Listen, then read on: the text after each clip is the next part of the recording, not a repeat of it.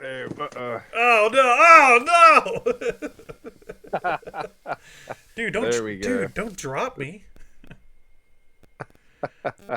Oh wow, you were talking about All right, Junkie. there we go. You were talking about Junkie July a minute ago, and the Junkie edition of Game Talk literally just got sent to my thing,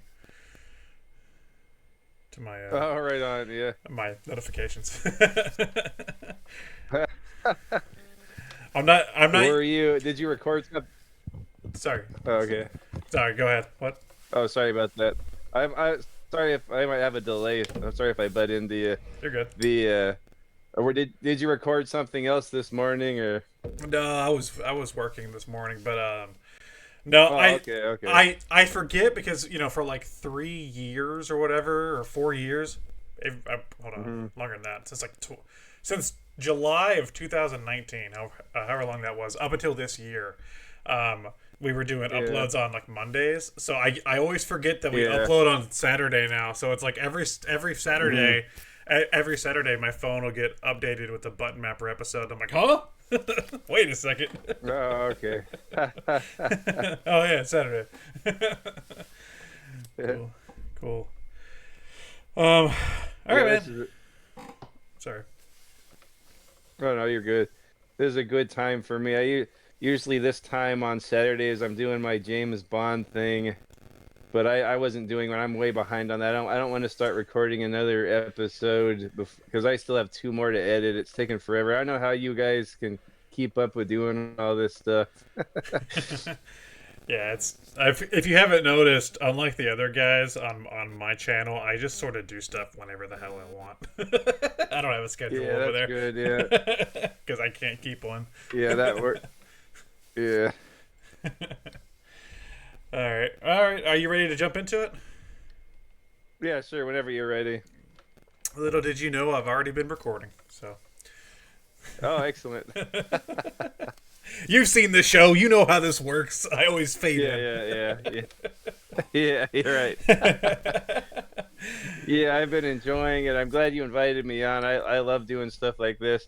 And I've enjoyed all of your previous shows Nice, nice. and your Well, buddy. You just had on your childhood friend. That was cool to see you reconnect with your childhood friend in the last one, or that might have been the one before. I think you had Spencer last. no, I think no. Last it was that one. I haven't recorded one in like 2 months, Oh, it was okay. so it's Oh, okay, okay. it's been a minute. I kind of fell off. 1 month I wasn't doing Yeah, that yeah. as much, so I kind of forgot to record Oh, one. okay, So okay. no, man, it's great. It's great to have you here. I'm ready to do a great episode today. I have some interesting topics we're going to talk All about right. today here Oh, I can't wait. on the Hey Geeks and Gamers podcast. Roll the intro.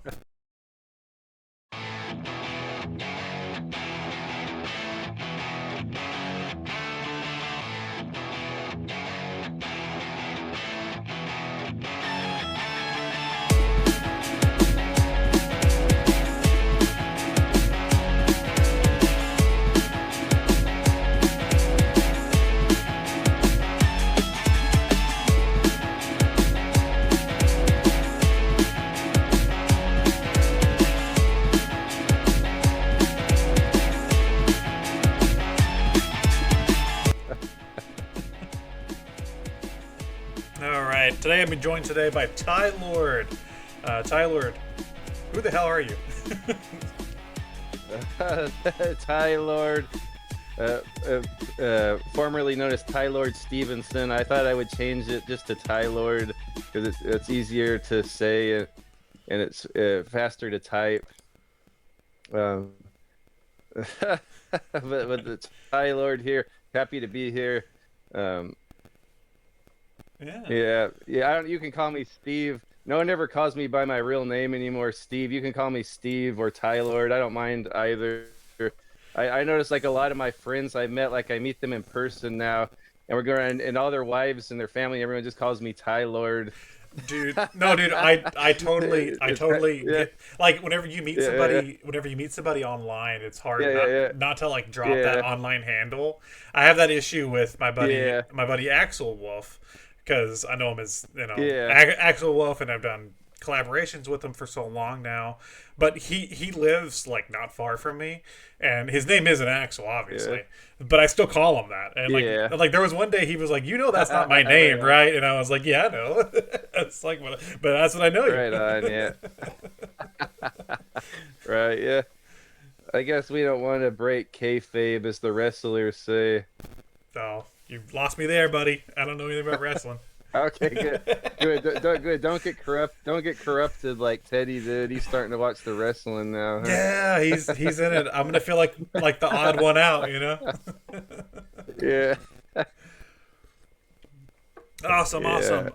Cool. Yeah, it's great to have you on here because I don't think I've had you on TurboZone for anything, have I? Yeah, I don't think so. I may have been on your other channel, Button Mappers, a couple of times. Yeah. I haven't been on a TurboZone. I say What do you think? Am I a geek or a gamer? Oh, you saw that? Yeah. I'm gonna label. I'd say more. Sorry. Go ahead. Good. What do you think? I don't know. I think I'm more of a geek, but not the smart kind of geek. like the dweeby kind of geek, Yeah, maybe like that. Yeah. Nah, man, you're a gamer. You're a gamer. Yeah. Yeah. Yeah, I guess so. Yeah. You were gamer enough that even whenever I denounced Resident Evil 4 Remake last Button Mapper Game Awards, you still clapped back with your Game of the Year being the Resident Evil 4 Remake. Right, yeah. Yeah, Daniel and I both, huh? That was a gamer move. Yeah. Nice. So people at home, welcome to the show. This is the official podcast for TurboZone. Hey, Geeks and Gamers. If you don't know how the show works, I come up with segments. We do segments. Tylord has no clue what is happening today. That's sort of how the show works. The guests are just thrown into the mix, and we're going to have fun and chit-chat. And if we get through all the segments, and we're not at 2 hours yet, we can just, shoot the shit. Talk about whatever. So, Excellent. Whenever you're ready, I'm going to roll in the first segment. You ready? Well, let's get going. Yes, sir. All right. The first segment is one that I do every episode. It is What's Up With That? It is the gaming news segment. I was having trouble this episode because I haven't really been keeping up with much. I've been playing some games and I haven't really been watching gaming news. So I decided instead of commenting on something that's relevant to now, I'm commenting on something that's not really been relevant but been talked about. It's something that I thought you and I could talk about pretty well. It's the fact that there is some sort of new 007 game that we haven't had any details on. It's by IO, who makes the Hitman games, the current Hitman games. And there's still no details on what this game is. All we know is that it's some sort of a 007 James Bond game. So I thought instead of trying to force our hands and talk about fucking whatever Jeff Keighley's Summer Game Fest or whatever, we should just talk about this fucking 007 game. Your thoughts, my thoughts, what we think the game could be, and kind of just talk about that for a bit. Yeah, that's something I've had my eye on. You know me, I'm into the 007 stuff and the games and the movies and all that. And it's been a drought lately. There hasn't been any Bond games. The last official Bond game I can think of is 007 Legends from back in the 360 era, and that wasn't received very well. I didn't mind it, but any Bond game I liked, but I don't think there's been an official one since then. There may be a mobile game or an Apple game out right now. Oh yeah, I forgot about those. I don't know. Yeah, but I don't have anything Apple to play it on. It looks kind of good. It's like an overhead dungeon crawler looking thing. It kind of looks good. But as far as this new one, what is the company called that makes Hitman? I think it's IO. I think it's who makes it. Okay, IO. Yeah. That all I know, I don't really know any much more than you, other than it's from IO, the creators of Hitman, and I know it's going to be its own original story from what I've heard, not based on a movie or anything, and I think it's going to be an original James Bond design, not based on any actors. I'm not sure. I have no idea what it is. I'm thinking it could be one of those games where you create your own character and go do spy stuff. I don't know. Hopefully, it has that Hitman engine. That'd be fun to do the stealthy stuff, like the Hitman engine type stuff. What do you think? You have any? It is interesting. Yeah, I think the last one, the last one I remember was Legends, which Legends and the GoldenEye remake, were by Eurocom. Yeah. And like, yeah, I liked those games. The GoldenEye remake more than Legends, but Legends was still good. I remember. Hold on, my mouse is going crazy. I remember not downloading, but pre-ordering Legends on the PS3, and whenever it came out, I got it, and I stayed up like all night that night playing it. And I remember, I was in like, I think I was in like 12th grade, and I stayed up on a school night playing 007 Legends online, and I found this group of like 40-year-old like Bond fans that were all playing. Wow. That were all playing it, and they let me join their game, and like they were talking to me about Bond movies, and they were like because I was like I don't know, I was like 17, 18. They were like, this kid knows about Bond, and we were talking. It was awesome. But yeah, that was the last console Bond game. So I'm curious to see where they're going. Yeah. I'm confused by the fact that they're not going to use an actor, or like if they're not going to use an actor, what are they going to do? Because like that's sort of how all the games have operated, right? They all kind of use the actor that's relevant at that time. So the only one I can think of was Agent Under Fire, used like a generic like hybrid of all the Bonds. Like it didn't look like any particular actor. So I don't know if they'll go back and do something like that, like just have a generic Bond that doesn't look like any of the actors. They should just use. It would be cool. I was thinking it would be. Sorry. Yeah, I was thinking it'd be cool since everyone's so sorry about that. I was thinking since everyone's so nostalgic now and everyone's about like the '90s, I think it would be cool if they brought back Pierce Brosnan. That'd be cool. Like if they got his likeness and they got him to voice act. I think that would be pretty cool. I was thinking, what if they just did like George Lazenby? What if they were like, he's back? He's awesome. Back. Yeah. That'd be awesome, man. I don't think he's. Yeah, he's probably the only one who hasn't headlined a game. No, even Timmy got one on Sega Genesis. Even Timothy Dalton got one. Yeah, I was gonna say that. It's like, did Timothy Dalton? Did Roger? What does Roger Moore have like an early game too? Oh, he might not have one unless you count some of those old computer games, like the was that Commodore 64? Yeah, there was like a Live and Let Die and a View to a Kill and a Spy Who Loved Me on those. I never played any of those. I guess that counts. So, but like I'm pretty like all the. Sorry, I keep cutting you. Sorry. Yeah, go ahead. All the Bonds are in like some of the games too, right? They usually include them. I think and like some of the shooters and stuff, they usually include like the different Bonds. So. Wow. And I know that last one we played Legends, they had like each level or each stage was based on a movie from a different actor, but I don't think there were any actors. It was all just Daniel Craig. But I know there was a Goldfinger for Sean, and there was Honor Majesty's Secret Service for George, and there was Moonraker for Roger, and License to Kill for Timothy. And Die Another Day, or no, Die Another Day for Pierce. I know that they based a stage on each actor movie. Yeah.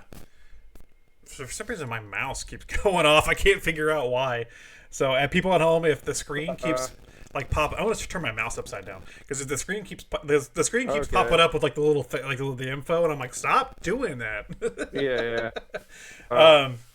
So yeah, it's interesting to me. Like I like when they do like original Bond stories in the games. I actually think that works a little better than the licensed ones.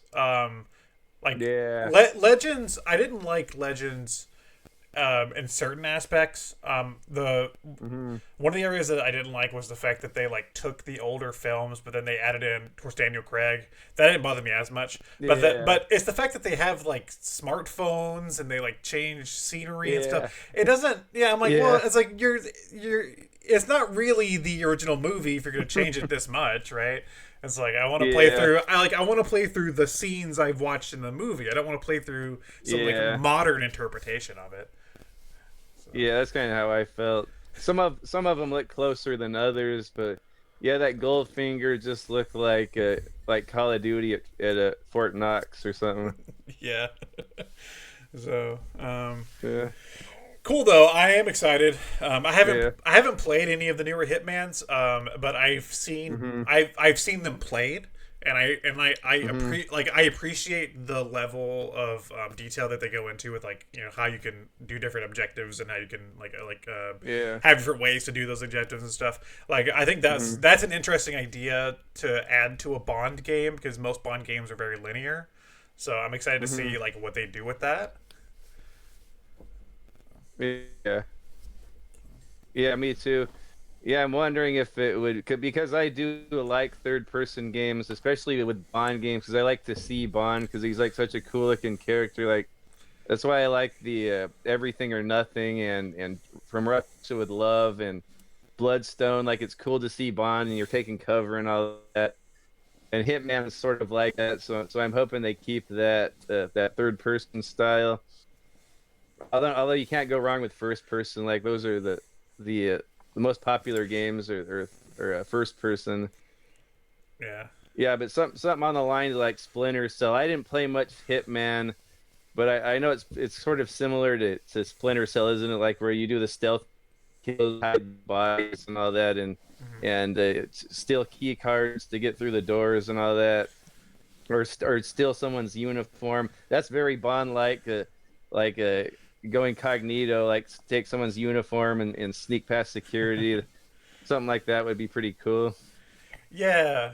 I like the idea of, like, if they do the Hitman style, because, you know, most Hitman levels, it's like, take out this objective, you know, take out this person. Yeah. And then you have different ways to complete that objective. If they do that style, I like the idea of being able to, like, pick your loadout of, like, gadgets. Like maybe Q has, like, a certain set of gadgets for you at that time. You know, so you can be like, okay, I'm gonna take the laser watch, I'm gonna take this and that, you know, and then you can use those however you want to throughout the level. I think that's a really neat idea. Yeah, that'd be cool. Yeah, I'm pretty optimistic for that. Although, if it ever even happens, who knows? It might be canceled by now.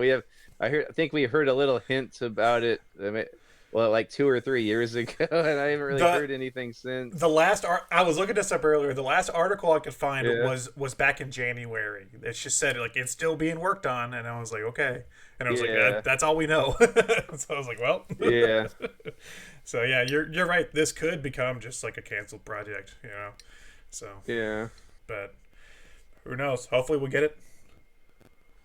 Yeah, I hope so. You know, there seems like when it comes to like licensed games, there seems to be a push for like higher quality ones. Like I think of like the Spider-Man games. I think of that new Indiana Jones game that's coming out. Like there's a push for like high quality licensed games. So I'm hoping this goes more into that direction.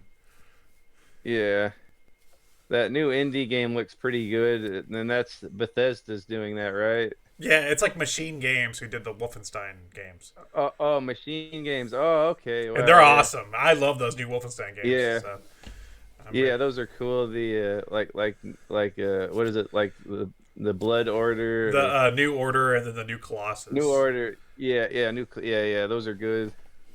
I'm excited for that. Yeah. All right. Yeah, heck yeah. Cool. Well, that was a short news segment, but hey, whatever. Yeah, I should have been keeping up with that. I just kind of gave up on that new Bond game just because I never hear anything about it. I should keep up on that more, being a fan of that series. Yeah, the article I saw, it said keep your this is back in January. It was like, keep your eyes out. There's gonna be more shown in 2024, and nothing's been shown yet. So. No. Oh man. You know, I think if they were gonna show it this year, it would have been at the Jeff Keighley Summer Cookout or whatever the hell the thing's called. You know, because that's when all the that's basically E3. We killed E3 and then we replaced it with E3 with Jeff Keighley, basically. Yeah, no kidding. We just made a different E3.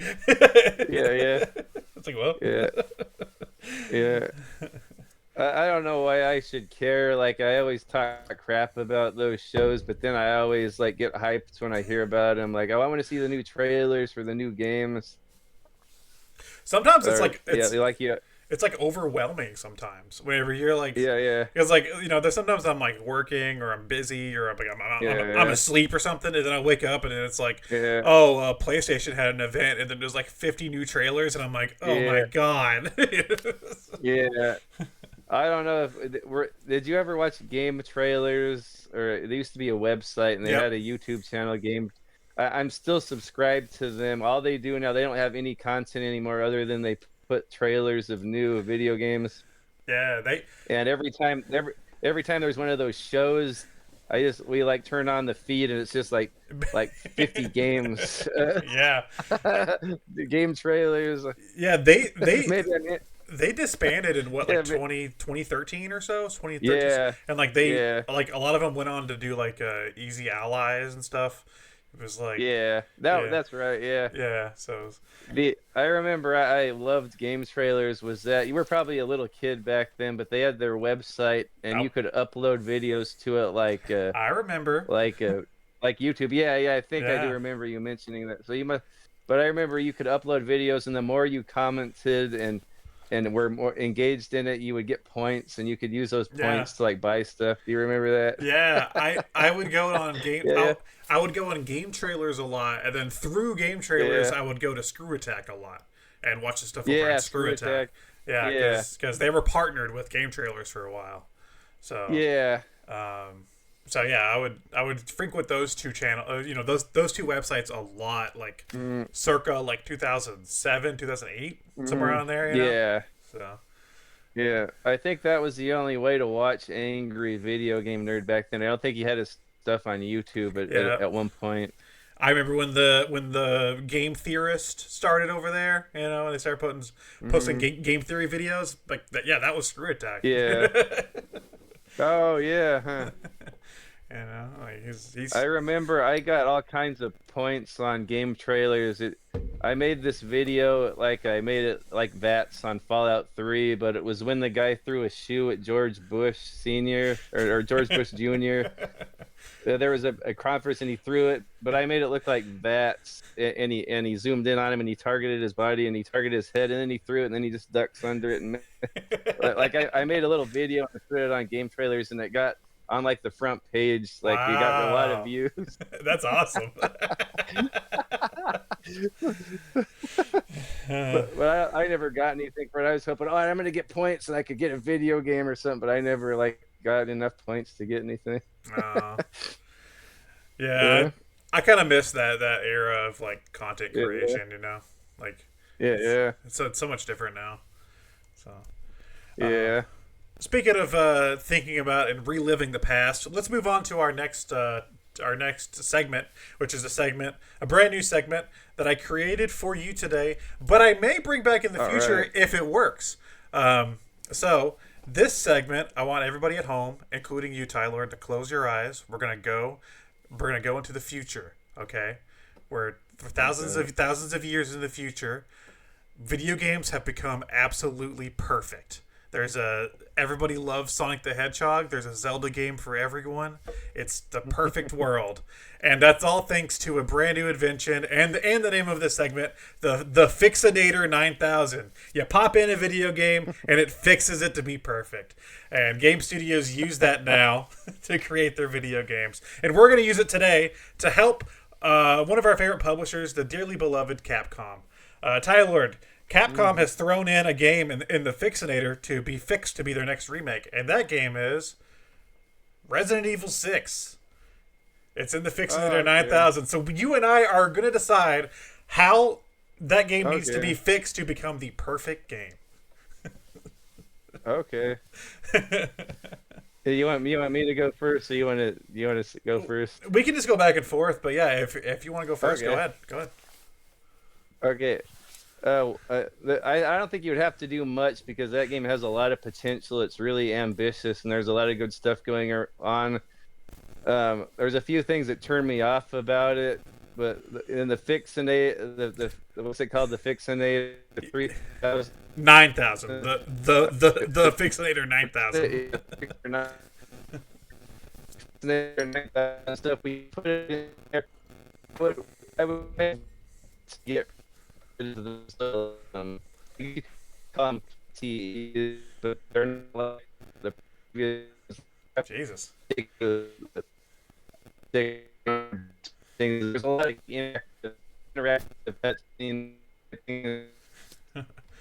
Hold on. It was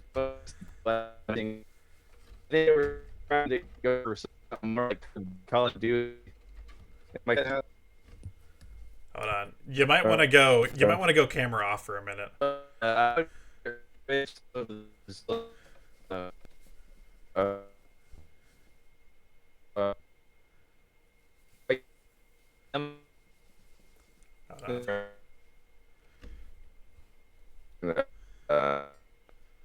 Jesus.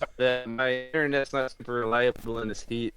Yeah, hold on. Can you hear me now? Yeah, no, yeah, I can't hear you. There we are. Yeah, as soon as you said, like, you asked me what the thing was called again, you just went straight. You became the Fixinator. You went straight into robots.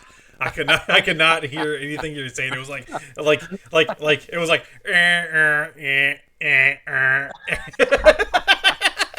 Nah, yeah. So you gotta. I turn into a. Yeah. So you gotta start over. I'm sorry. Okay. Yeah. Yeah. My internet's so unreliable. I turn into a Cylon or whatever they're called from Battlestar Galactica. Okay, so maybe I would get rid of those. I didn't really care for those. I guess you could call them QTEs, but they were more like interactive cutscenes where you press certain buttons during the cutscene to do things. I didn't really care for that much. Okay. That's just my own personal opinion, but I could take that out. So we just either have the old style like button mashing QTEs, or just not have them at all. I would maybe do that first. What about you? My first move is to take the 4 campaigns that exist: Ada, Leon, Chris, Ada, and Jake. Smash them together, with the exception, cut most of Jake's. You can play as Jake, but let it be for like one segment. You know, there's one action segment with Jake. Other than that, Jake and whatever the hell her Sherry, Jake and Sherry, Jake and Sherry are relegated to just be background characters in the story. Other than maybe one playable sequence, we don't need his campaign at all. But the other ones, the Ada, Chris, and Leon, you can switch between them at points in the story. Yeah, that one. I think I like that one the least. It had some fun moments. Some of it even reminded me of like a James Bond movie where like they're in the avalanche and they're in the snow and they have the jet ski, which it didn't really seem like Resident Evil at all. I think that's like most people's gripe about that game. A lot of it just seems like a shooter. Yeah. I think that theirs was probably my least favorite, although it had some cool stuff in there. And Jake has that cool like float over DDT move. They have some crazy throws in that game. I don't know the guy's name, but the guy that chases them with like the drill hand, right? Yeah. He's cool. Yeah, but like they used him wrong. They put him in the action campaign. Like they could have used him as a horror character. So I feel like moving him to be in the other segments as more of like a nemesis or like Mr. X type character would work a lot better. Yeah. Maybe that's why he's not super memorable. Like, as much as Nemesis is annoying, like I remember Nemesis. That guy, when you had said Drill Guy right now, I almost forgot about him. but he was big and scary. Like, that's an impressive boss. He was huge. He was like 30 feet tall with like a drill hand or something. Yeah. Okay. Yeah, maybe cut back on. I don't know. I think it's just too much anyway. Like, I hate to say it, ask for less when they're trying to give you more, but just like Leon's campaign alone takes a long time, like 5 hours to get through. And then same thing with Chris, and same thing with Jake. And then Ada has one that's totally unique. That game's kind of overwhelming. Oh, that game is like one of their most expensive. Like, I don't know if it is now, but for a while, it was like their most expensive game they ever developed. Yeah. And yeah, I can see why. Yeah, you can't say they didn't try. Okay. So what's your next step to make it the perfect game? I don't know. Some of that's I don't know how I would fix this, but it's like the enemy is. It seemed like in 4 and 5 they had a lot more personality and they were like up in your face, and yeah, I don't know, something about the design of the enemies. A lot of these things just seem like they're just like paper zombies, and you just like shoot through them and they just turn into like ashes. I don't know, something about the enemy. I don't know, they're going back to zombies, and that's what we always wanted. And they're not the smart the smart humanoid things anymore, and they went back to zombies. But I really like the enemies in 4 and 5. Okay. Yeah, maybe. Yeah, like I don't. Just like more threatening enemies, you know. Yeah, it just seemed like it's hard for me to put my finger on that because I guess they are good, but then when you play something like Resident Evil 2 or 3 remake, like those enemies are scary and they have some meat to them, and they take a long time to bring down. I don't know, it just feels a little bit different. I know 6 is more of an action game, but I don't know, something about 6 is less intimate to me than 4 or 5 and the remakes. It just seems like they're a bunch of like paper zombies you're shooting through. I don't know if I would change that so much though. Something about the 6 doesn't settle right with me, although I do like it. The thing that disappointed me the most about this, and this is really stupid, this is just like a Tylor type gripe, was they got rid of the tank controls. I mean, and Leon and all those guys, they control really well. Like, it's really good control. Like, they can do like the James Bond slide, and they can roll. It almost feels like a James Bond game or Gears of War, how well they control. But I kind of miss 4 and 5, the tank control, where you have to stop and aim and place your shots and run away. Yeah, run away. I was hoping at least they would have an option to put the old style tank control in. Because I play that way on 5 all the time. I set it to the original, like press the button to run and press the right trigger to aim and then a button to shoot. I just love that mechanic, that play style. So I was thinking maybe if they added the option to put in the tank control, I would like it more. It would be more of a perfect game for me.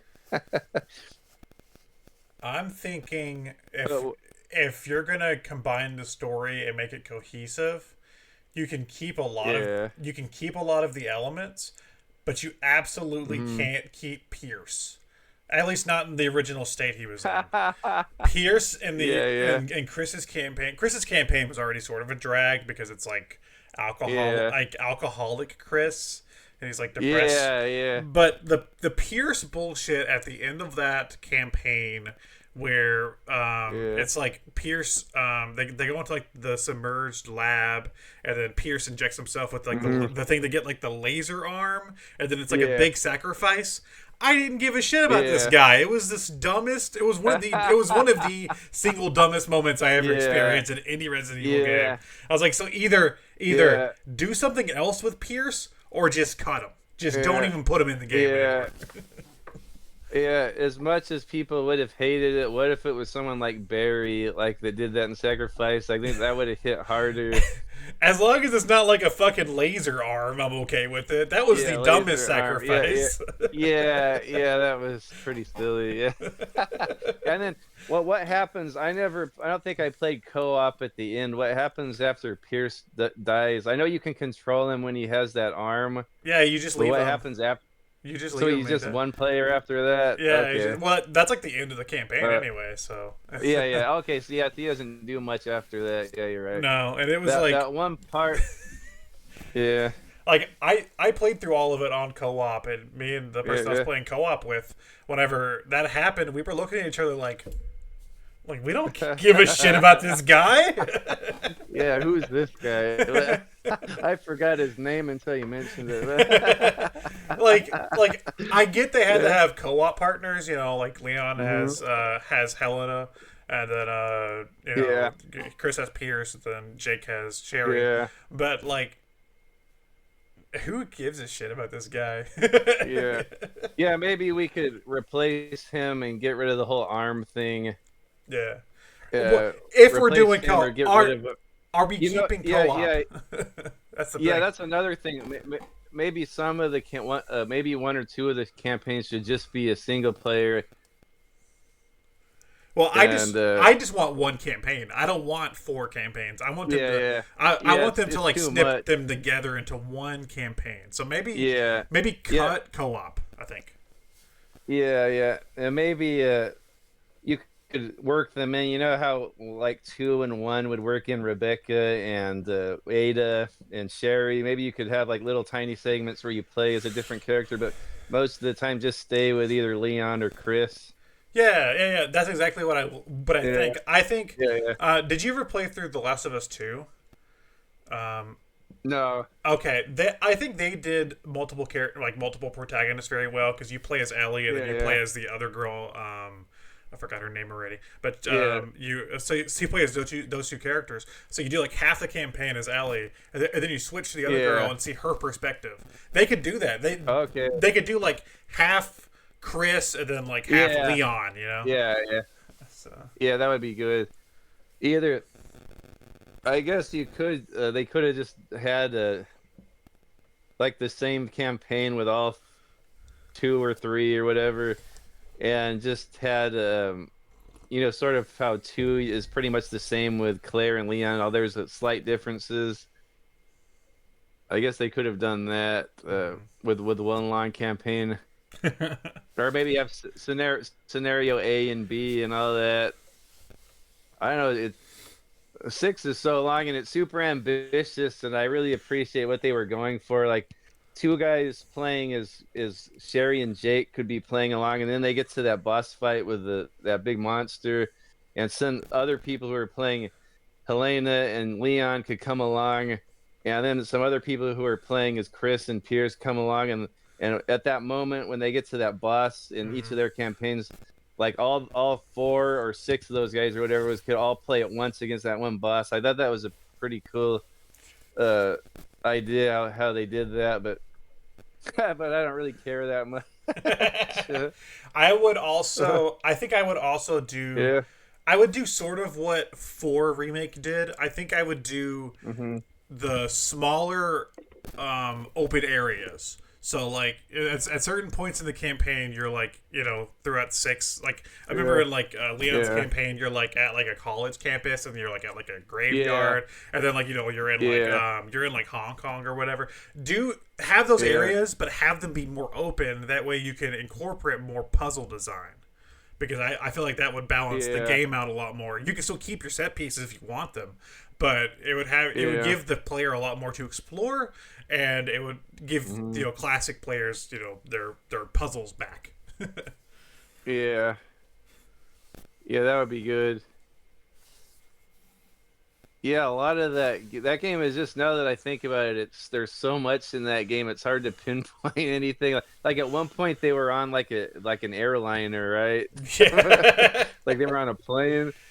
And I know Ada's campaign. What I guess maybe I hate to defend DLC, but maybe some of it, like I need to have it more focused on one thing to have interest in it. That was just like too much. It was like 5 games in one. Oh, it's just like it throws so much at you at once, and it's like by the time you're done, like if you marathon that game, by the time you're done playing it, I bet you couldn't name 5 things that happened. Because it's kidding. It's just go. There's no downtime. Yeah. And then the boss, I would maybe change him. He was like the most underwhelming villain. His name was like like Bronson or something. Or I Williams, don't even or what was remember. his I don't name? even remember. I know he was like Yeah, a head he of was. Neo or whatever it was, Yeah, Neo Umbrella. yeah. After coming from Wesker to that guy, like Yeah. just bring back Wesker. No, you know Like I know he that like. yeah, like you fucking fought Wesker in a volcano at the end of 5, Yeah, and you're gonna give us fucking Bronson or whoever this guy is in 6. Like, yeah, yeah. it's garbage. Yeah, well, yeah, I don't even remember his name, but and then even like not to say they couldn't come up with a good new original villain. Like Sadler, I thought was badass. Like we never saw him ever before Resident Evil 4, and he just showed up, and then he's like a mixture of a Bond villain and Emperor Palpatine. Like that was a cool villain, like a new original villain. But that guy, the head of whatever, like I don't really remember anything about him. I'm sure his voice was good and he had a good actor and everything, but And just really underwhelming. they can still do good villains, because like even in like even in like Revelations and Revelations 2 had pretty good villains. So they do. Yeah, like what Revelations 1 was like that that's, I forget the group, but it was like Velcro, whatever that fuck that group was that like sunk that city and stuff. And then and Revelations 2, it was like another Wesker, right? So it was like a sibling or something, right? Or like a cousin. I forget who it was, what her name was, but you know, like they can still do threatening villains. And then of course like 7 and 8, they still had pretty, you know, compelling villains. So I know they can write villains. So I don't know why this Bronson guy made it in. If that's his name, like I don't even remember his name, but.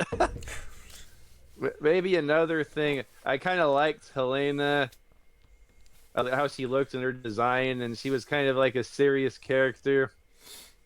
But do you think maybe they should have just for fan service or please the fans just had Leon and Claire? Just have Claire there instead of Helena. It makes sense on a fan service front, but I get where they're coming from, because like by this point, like Leon's like Secret Service, right? So it makes sense to like introduce somebody else that is Secret Service to the story. So I didn't mind Helena. I don't think she like there is a bit in the story with like her sister and stuff. Remember, you like fight her sister. Like I don't mind Helena. I feel like they could do more with her, but like she didn't offend me like Pierce did. So I like Helena. Yeah. Yeah, I was just thinking, like, I think maybe, like, people would have really been geeking out if it would have been a campaign with Claire and Leon. It could be their chance. It could be their chance to fix her, like, sort of like how 4 did Ashley. Yeah. Like, Ashley in 4 Remake is, like, better than Ashley in the original version, you know? Yeah. Yeah, they did a lot of good stuff with that remake, like... You think they could make Steve good in a Code Veronica remake? No, keep his annoying dickish voice. I love that. I love that guy. He's an asshole. I don't know. They, you know, in the 3 remake they tried, but I still didn't give a shit about Carlos in that game. Like maybe a little bit more, but. I don't know. You were talking about this, I think, with Teddy about how like 3 just doesn't do it for you, and the same with me.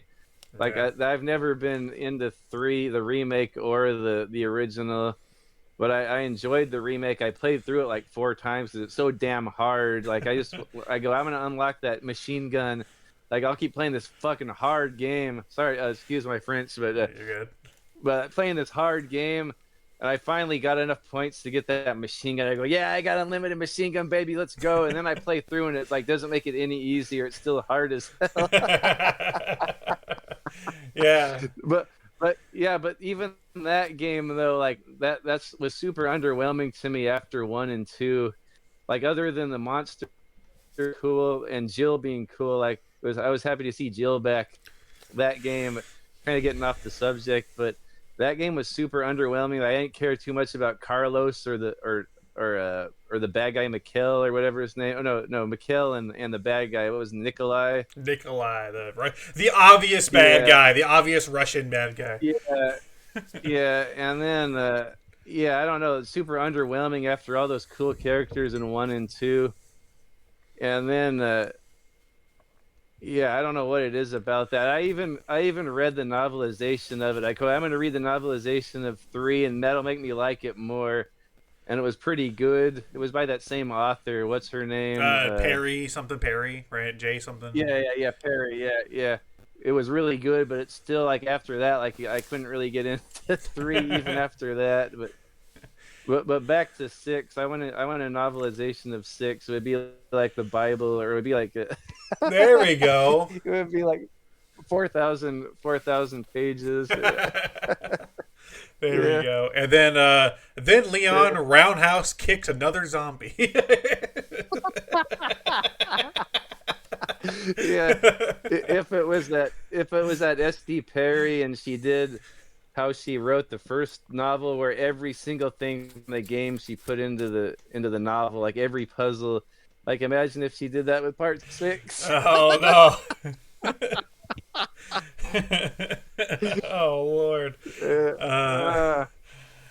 Yeah, there's, when it comes, like, if I had to rank the series, which I'm not doing right now, but I know I know I would for sure put 6 over 3. I think that's the importance 3 has to me. Yeah, no, I would. I would too.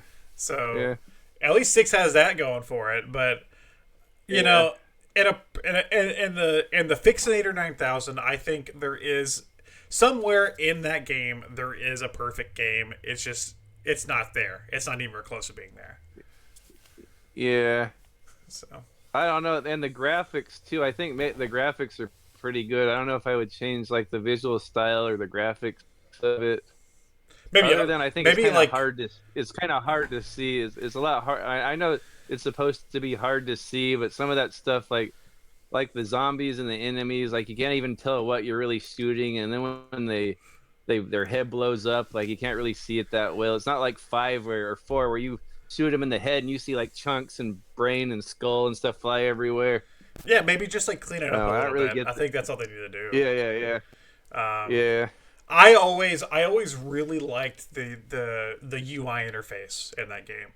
I always thought it was really cool looking, how you could tell like the health and like the items and stuff, and you could switch it out on the fly. Yeah. I thought it was a cool interface for a Resident Evil game. Yeah, I like that. Yeah. Like, instead of having to stop and be like, okay, what's in my bag or what's in my case, or what? 5 didn't even have a case, did it? What the hell did 5 have? It was just like a screen. It had nothing. It just had like what do you call it? A hotkey. Yeah, that's right. I think you had a square of inventory that was like 3 by 3. It was 9, so you press up for 1, down for 1, left, right, diagonal up. So I don't even know how you get to the one in the middle. You have to like go into inventory and select it as you're playing. So the one in the middle is I don't even know how to get to it. That's when they started doing the button that like does the Axe body spray, as I call it. You know what I'm talking about? Whenever you're like playing and like the newer games when you're playing and you can push the like first aid spray button and it looks like they're putting on Axe body spray, like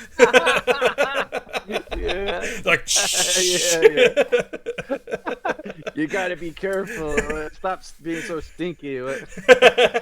Only Axe body spray can protect us now.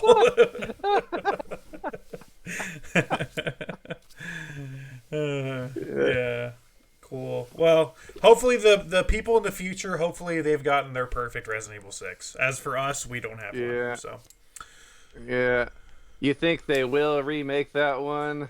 No. I don't think so. Okay. 5 is possible. I think 5 is a possibility.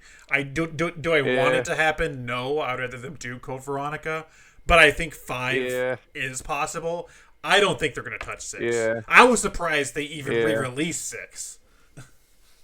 Yeah. I don't think, I was surprised they even re-released 4, but come to think about that, it is an old game. Like, it came out on GameCube. I was just thinking, like, I'm just surprised they re-released 6 from like a critic standpoint Yeah. because people Yeah, hated yeah, that game. yeah. Like whenever 6 came out, Yeah. people hated it. Yeah. So Yeah, the thing I kind of like opened up my mind to it one time. I was at the GameStop, and I remember there was this guy in there. I don't think he was a gamer, but he just like found out about Resident Evil and he was all hyped about it. And he was asking me about Revelations on DS, and he's like, "Hey, should I get this?" I go, "Oh yeah, you definitely have to get that. It's like a mainline like AAA Resident Evil story game, but it's on a handheld. It's so good." Revelations, I was telling that guy, and he's like, "Oh, so it's like Resident Evil 6?" I go, "No, it's better than 6." yeah. I said, "It's better than 6." And then he got all offended, like, "Whoa, Resident Evil 6 is good. That's like the best game I ever played. I never played one until then." And I was thinking, yeah, like if you didn't have all this in your mind of how Resident Evil should be, and then you went and played, like you just played 6 out of nowhere, like, well, this game has like everything in it, like it's this big Michael Bay or James Cameron type action movie that's like 7 hours each campaign. No, it's true. No, I mean, So and like honestly, okay. Yeah. So my experience with 6 was like I pre-ordered it. I pre-ordered the special edition. I don't know if you remember, but on like 360 and PS3, you can get a special edition that came with. It came with the game. It came with download codes for Resident Evil 4 HD, Code Veronica HD, and 5 Gold. And then also came with I have that. Yeah, it came with a copy of what was it? The first animated movie.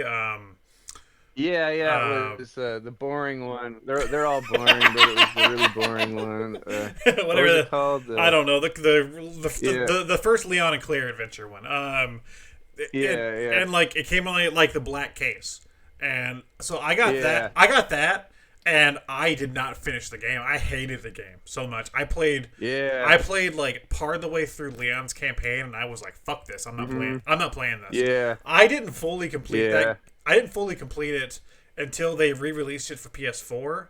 I remember they were doing that, and I have all of the physical PS4 releases of like all the Resident Evil games. Yeah. So I wanted to get it, obviously. So I bought it, and I was like, you know what? I should like actually play this. And I guess where it had been so many years removed from its launch, I was like, it didn't hurt as much anymore. So I actually got to get through it. Yeah. And I don't hate the game, but I don't think it's.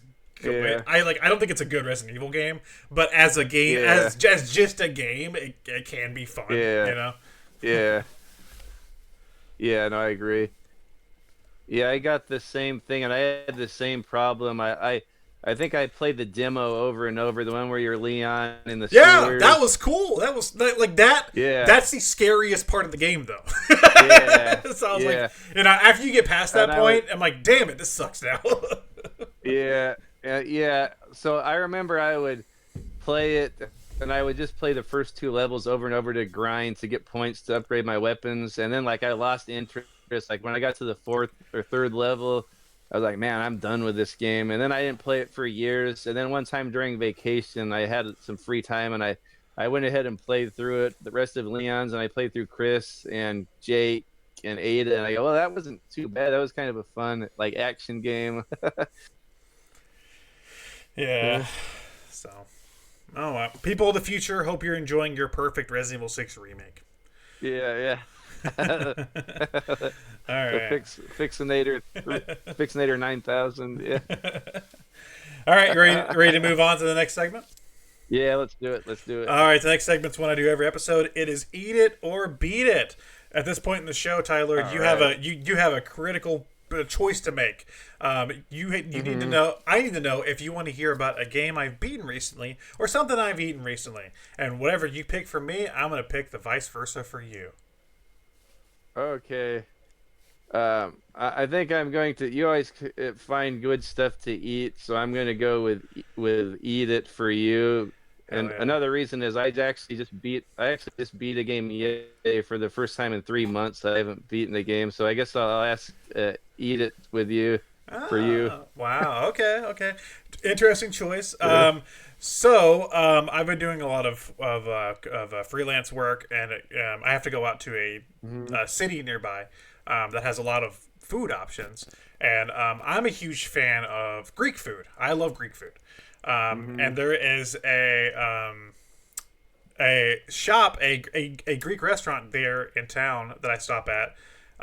It's called Nefertiti, right? Or Nefertiti. What did the fuck the like Egyptian lady her name was? Yeah.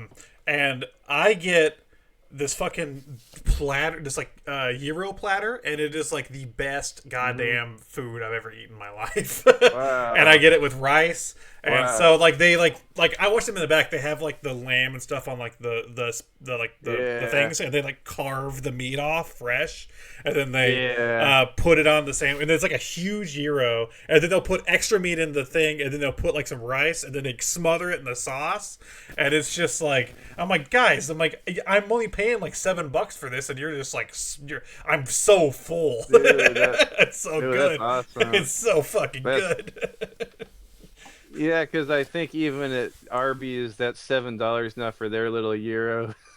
Yeah, and theirs isn't even like all like okay. Yeah. You know what? Arby's is interesting Yeah. because they actually they do use lamb in their meat for the Yeah. for the Yeah. Greek gyro, but it's not like it's like a mixture. It's like lamb and beef and stuff. It's not like straight lamb. Yeah. But Yeah. so Well, yeah. that sounds amazing. Oh yeah. So what were the sides? It had the rice. Did it have like the pickled vegetables? Yeah, they have like pickled vegetable, like Greek salads and whatever else. Yeah. I always get rice because I like rice, you know. And I asked them to put a little bit of the sauce, Yeah. like the sauce in the rice for me, you know. Yeah. Because whatever that I don't know the Yeah, name that of the name of the sauce you use on a gyro, whatever that sauce is called, I could just drink that shit. It's so fucking good. It's sort of milky, right? Or it's sort of like yogurty. Is that the sauce I'm thinking of? Yeah, that's the sauce.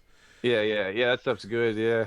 Yeah. And then I always That's- get that's- the dessert. What is it? Baklava. I always get baklava too while I'm there. Baklava. Oh, Okay. So, Yeah. I love Greek food. So people at home, if you don't eat Greek food, you should. Yeah.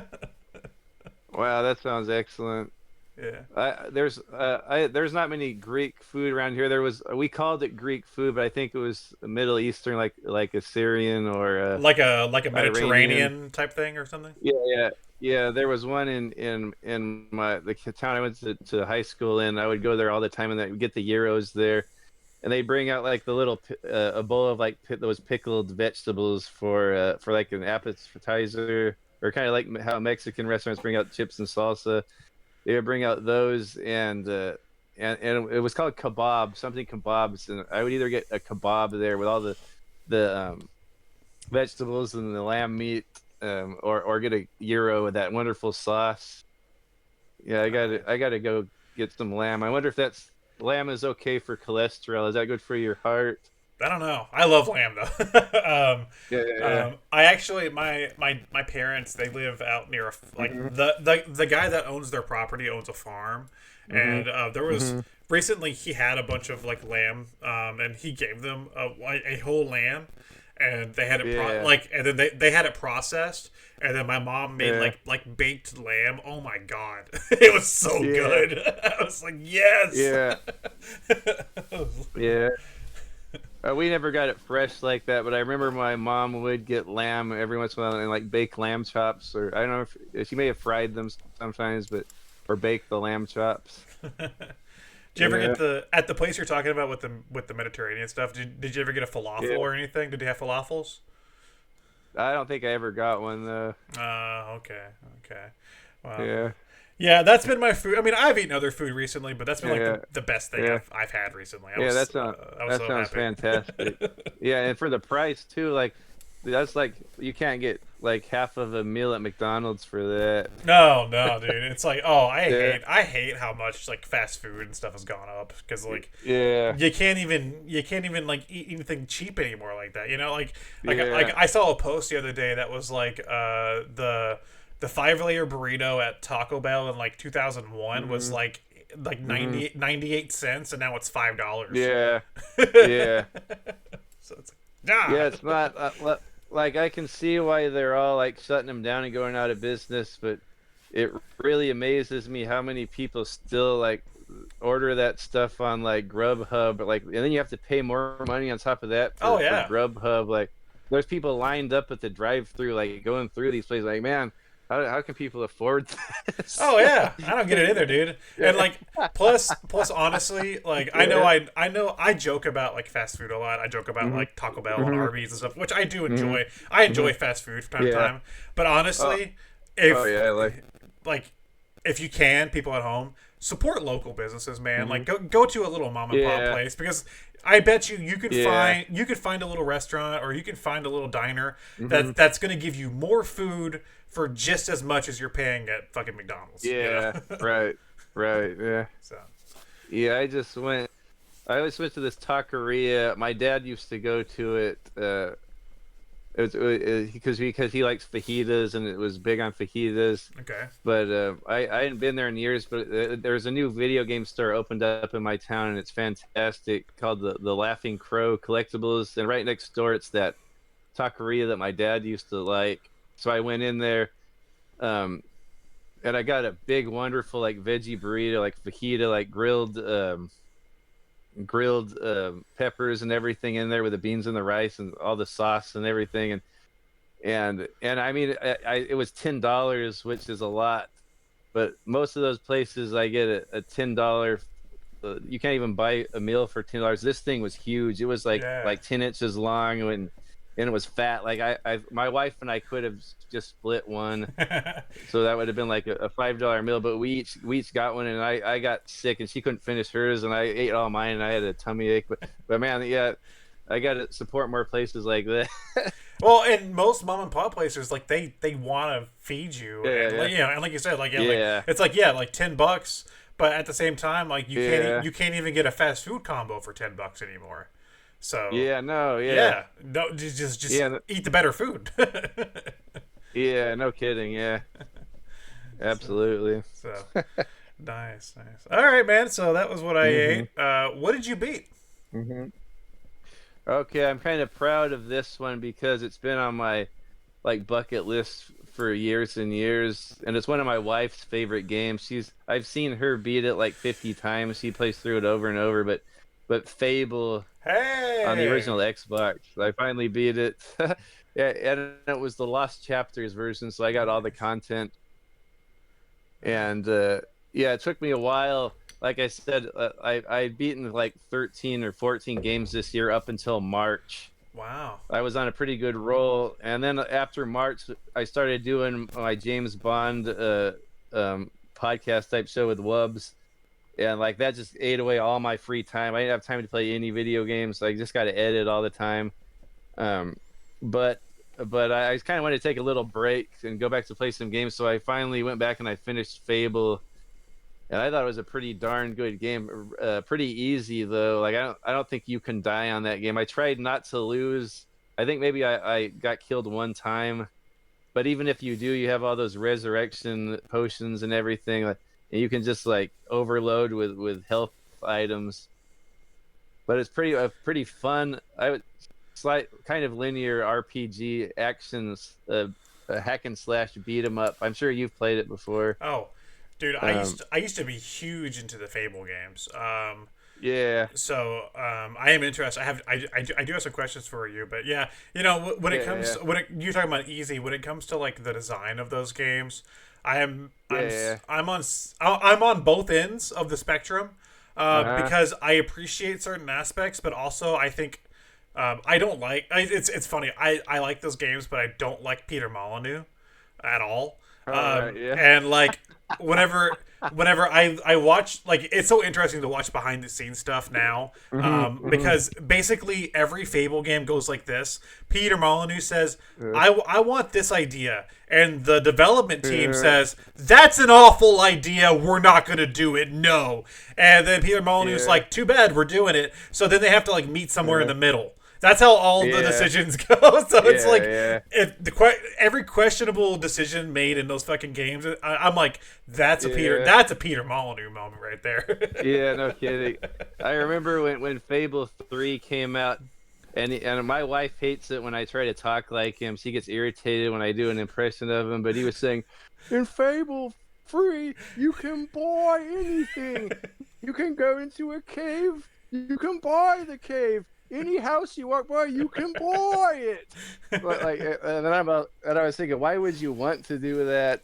It's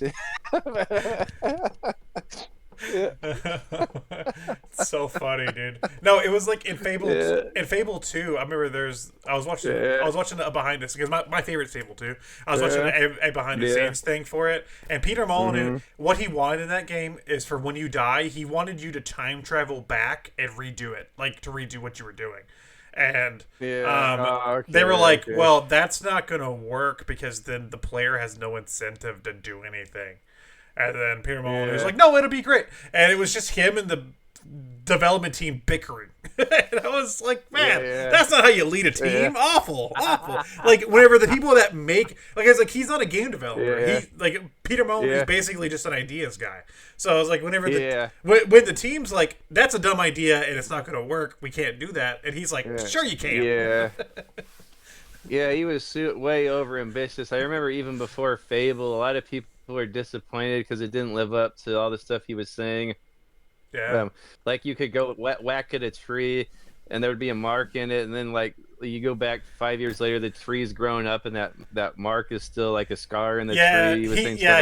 He said you could plant a seed and then a tree would grow. You know, you could like have a baby, then like it would grow. I don't know. He was saying all sorts of stupid shit. But this is the same guy that like, remember that like he had that Connect presentation where that girl was like talking to the boy on the screen, and it was like, hey Timmy, how was your day? Oh, it was good. And then they like she puts the sheet of paper towards the Kinect, and he grabs it, and then he's like, it's like she's really having a conversation an experience with this person. There will be a true connection. And then you look at the fucking Kinect that came out, and it hardly works at all. And I'm like, this guy was just full of shit. He was like, we totally have it working. I was like, that thing was just a webcam. That's all that thing was. It was. Oh man, it's funny. I know there was a Connect Fable game too. Yeah, the Journey. Yeah, the Journey. I did. You know what? That was surprisingly all right. I mean, okay. You know what? It's good, but then you have to put the big asterisk for a Connect game next to it because there weren't very many good Connect games. Right. Yeah. I see it's on the Xbox store. I've been trying to stock up on some 360 games, and I saw that was on there, but it says Connect. And I don't think you can play it without a Connect, right? No. What's the other one I have? I have one that's just absolute dog shit. I think it's like Fable Heroes or Fable. What the hell is it called? No. It's a beat 'em up, but you play as little rag dolls of the Fable characters. Oh, okay. I have it. I think it's called Fable Heroes or something. I don't remember. But it was a download only game, and it was also bad. But back to Fable 1. I do want to know your thoughts on Fable 1, what you liked about it, and what you didn't like about it, and also, are you going to play Fable 2? I would like to play Fable 2. I don't know when I'll get to it, but it'll definitely be on my backlog. I don't think I'll get to it anytime soon, but I like this one enough where I like that gameplay style. Like, I know it's not as grand as his vision of it, but I kind of like what they did with it. I think the gameplay's fun. I like the hack and slash style. I like buying all of the new upgrades for your guy. I'm not really complaining that it's too easy, because I like stuff like that where if you just grind. I got like that physical shield up where pretty much you're just invincible, and you can just keep eating potions and keep your shield going up and just get all those huge combat multipliers and get all those points. And the graphic style of it I like. It's really cute. Yeah, after playing Morrowind, which is a way bigger, ambitious game than that, this one's more confined, but I think it looks better, like the visual style and the design, and and it does play. It's more like a hack and slash, which I like. It's not like roll of a dice type hitting like Morrowind. This thing's like a proper hack and slash. Like there's a dodge and you can roll and you can use melee. You can use your sword, or you can use ranged attacks with the crossbow, and you can use lightning and I think ice and fire. Yeah, there's some little escort missions which my wife gave me told me what to do on some of those. Otherwise, I probably would have failed those. Yeah, and the voice acting's kind of funny. It's a pretty dark, serious game at some points, but you can't really take it serious. Like with the acting, it's so cornball. Some of the acting. No, I liked it. I think it's top tier. And I didn't even play the remastered anniversary edition. I just played the original Xbox version on my Xbox, and it had a pretty long loading screen, like right when you load up the game. But then after that, like the loading's fast. So I liked it. Nice. Yeah, I would say it's top tier. It's probably, I don't know if it cracked my top 10 Xbox games, but if it didn't, it's pretty close. It's probably on mine. I like the first two games a lot. Yeah. 3 is divisive, yeah. but I like the first two games a lot. Yeah. The problem I always had with those games was, again, Peter Molyneux. It felt like they were, at times, they were trying to make an RPG for an audience that doesn't play RPGs, like a casual audience at points. I think if they didn't go that direction, because like Fable itself has an interesting world, the stories are pretty fun, the voice acting's great, the sense of humor, like they almost have like a rareware sense of humor. It's very that's what it is. Yeah, very funny, very like British, you know. Yeah. Like if they dropped trying to appeal to a casual crowd and just made the best, quirkiest little action RPG they could, I feel like Fable would be more fondly remembered than it is. But I'm interested to see that new one that they're doing. Because we finally saw like gameplay of that, and I'm interested. I'm also scared because it's being done by the Forza Horizon guys, and I've only ever seen them. Oh, really? I've only ever seen them make a game where I can drive a car, which they're great. The Forza Horizon games are awesome, but I've never seen them make an RPG. So I'm scared, but I'm also interested. Okay, who knows? Yeah. Yeah, it would be I know my wife. We only got an Xbox Series X mostly because my wife's a big Fable fan, and we heard there was going to be a new Fable. Because there hasn't been one for years. Just like James Bond games, there hasn't been one for years. So, and I hear it's going to be on Game Pass. Oh, so hopefully it's good. Yeah, they put all their stuff on Game Pass. That's crazy. Oh, yeah. Which, I mean, saves me from having to buy new Xbox games. But yeah. And, like, I know there's a lot of people complaining about the state of Xbox right now, but I tell you what, during that Jeff the Jeff Keighley summer cookout or whatever, the Xbox conference was the one I was most excited for because they showed Fable, they showed the new Perfect Dark, and they showed whatever the hell that Gears of, that like new Gears of War thing was, and I was like, holy shit! I was like, yes. Yeah, they had all kinds of stuff on that. That was like one banger after another. Yeah. And it's all on freaking Game Pass. Exactly, yeah. We pay for that. And I'm about ready to get rid of Netflix. Although I did like that new Beverly Hills Cop movie. I just Netflix. That's what I was saying. Like, but I was thinking I want to get rid of Netflix and Disney and all that stuff to save money. But I don't think I want to get rid of Game Pass, just because like my kids use it so much.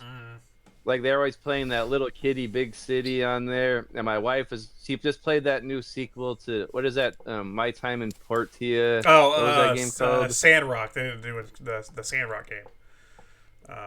Yeah, there's a new one that just came out. My wife's been playing that, and they're always playing Minecraft on there. Like I'm thinking we're getting our money's worth out of that Game Pass. Yeah, it really is dependent on how much you play it. I only activate because like I have so many games in my my backlog and stuff, I only activate it if I'm playing online, or like if there just is something on there I want to play, because then I'll pay $10 and play, you know. Yeah. But I don't keep mine active month to month. The only subscription I keep active is my Spotify, because I need that. Okay. I need that music. Right on. Yeah. Right on. Yeah, that's nice having that with no ads or anything. Yeah. So. Yeah. Nice, man. I'm so happy you get to play Fable, and I hope you at some point. I really do hope you get to play Fable 2 and enjoy it, because Fable 2, I don't know if it is now. I would have to replay it, but at the time, it was one of my favorite 360 games. So, wow. Cool. Yeah, I really like 2. So, I hope you do too. Yeah, I know my wife. I think that's her favorite. I know one of them you could do co-op. Was it 2 or 3? Both. Both have co-op capability. Oh, okay, yeah, because I remember like you can visit someone else's world, and I played it with her for a little bit. And I go, that's pretty cool that they put a co-op in Fable. Yeah. 2 is weird, because 2 felt like they had great ideas to like improve the game. But then also, they had to simplify a lot of it, because Peter Molyneux was like, "No, we have to get the casual crowd to play it." So there are some aspects that I'm like, "Damn it." Okay, yeah. So, I know in part 3 he was saying about 3, only one button does everything, baby. If you want to jump, you hit A. If you want to block, you hit A. No menus. There's no menus anymore. Instead of going to a menu, we send you to a room, and then you walk through a door, and then you select what you want to. Oh, it sucks.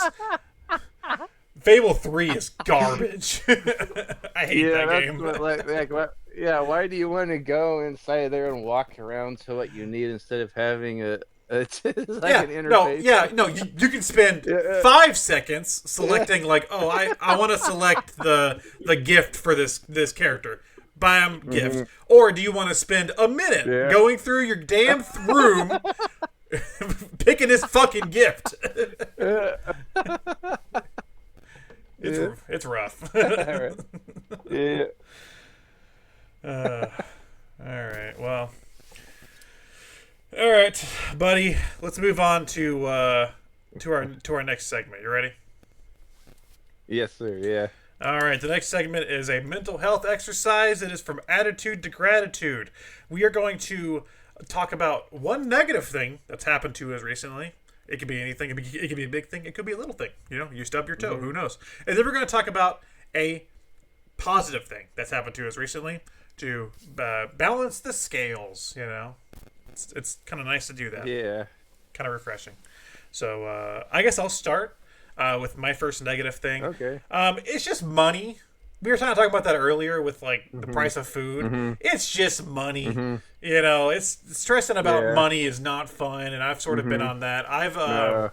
I'm working freelance right now. I started a job a couple months ago, and it was not going well, and I left for my own mental health. And then, so right now I am working freelance. That's just kind of what I do during the day.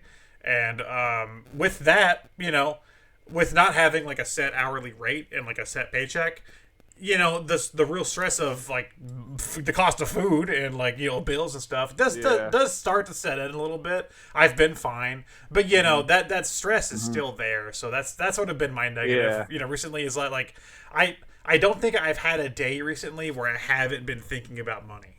So I don't like doing that. Right. Yeah. Yeah. No, I feel you. Yeah. Yeah. You probably have to work quite a few hours to keep up. I don't know how many, if freelance, like how often you're able to work, but you know, I don't want to stress you out about that. But I feel you. Yeah. So, yeah, like I said. It's nothing big, but you know, it's just I don't like having to think about money.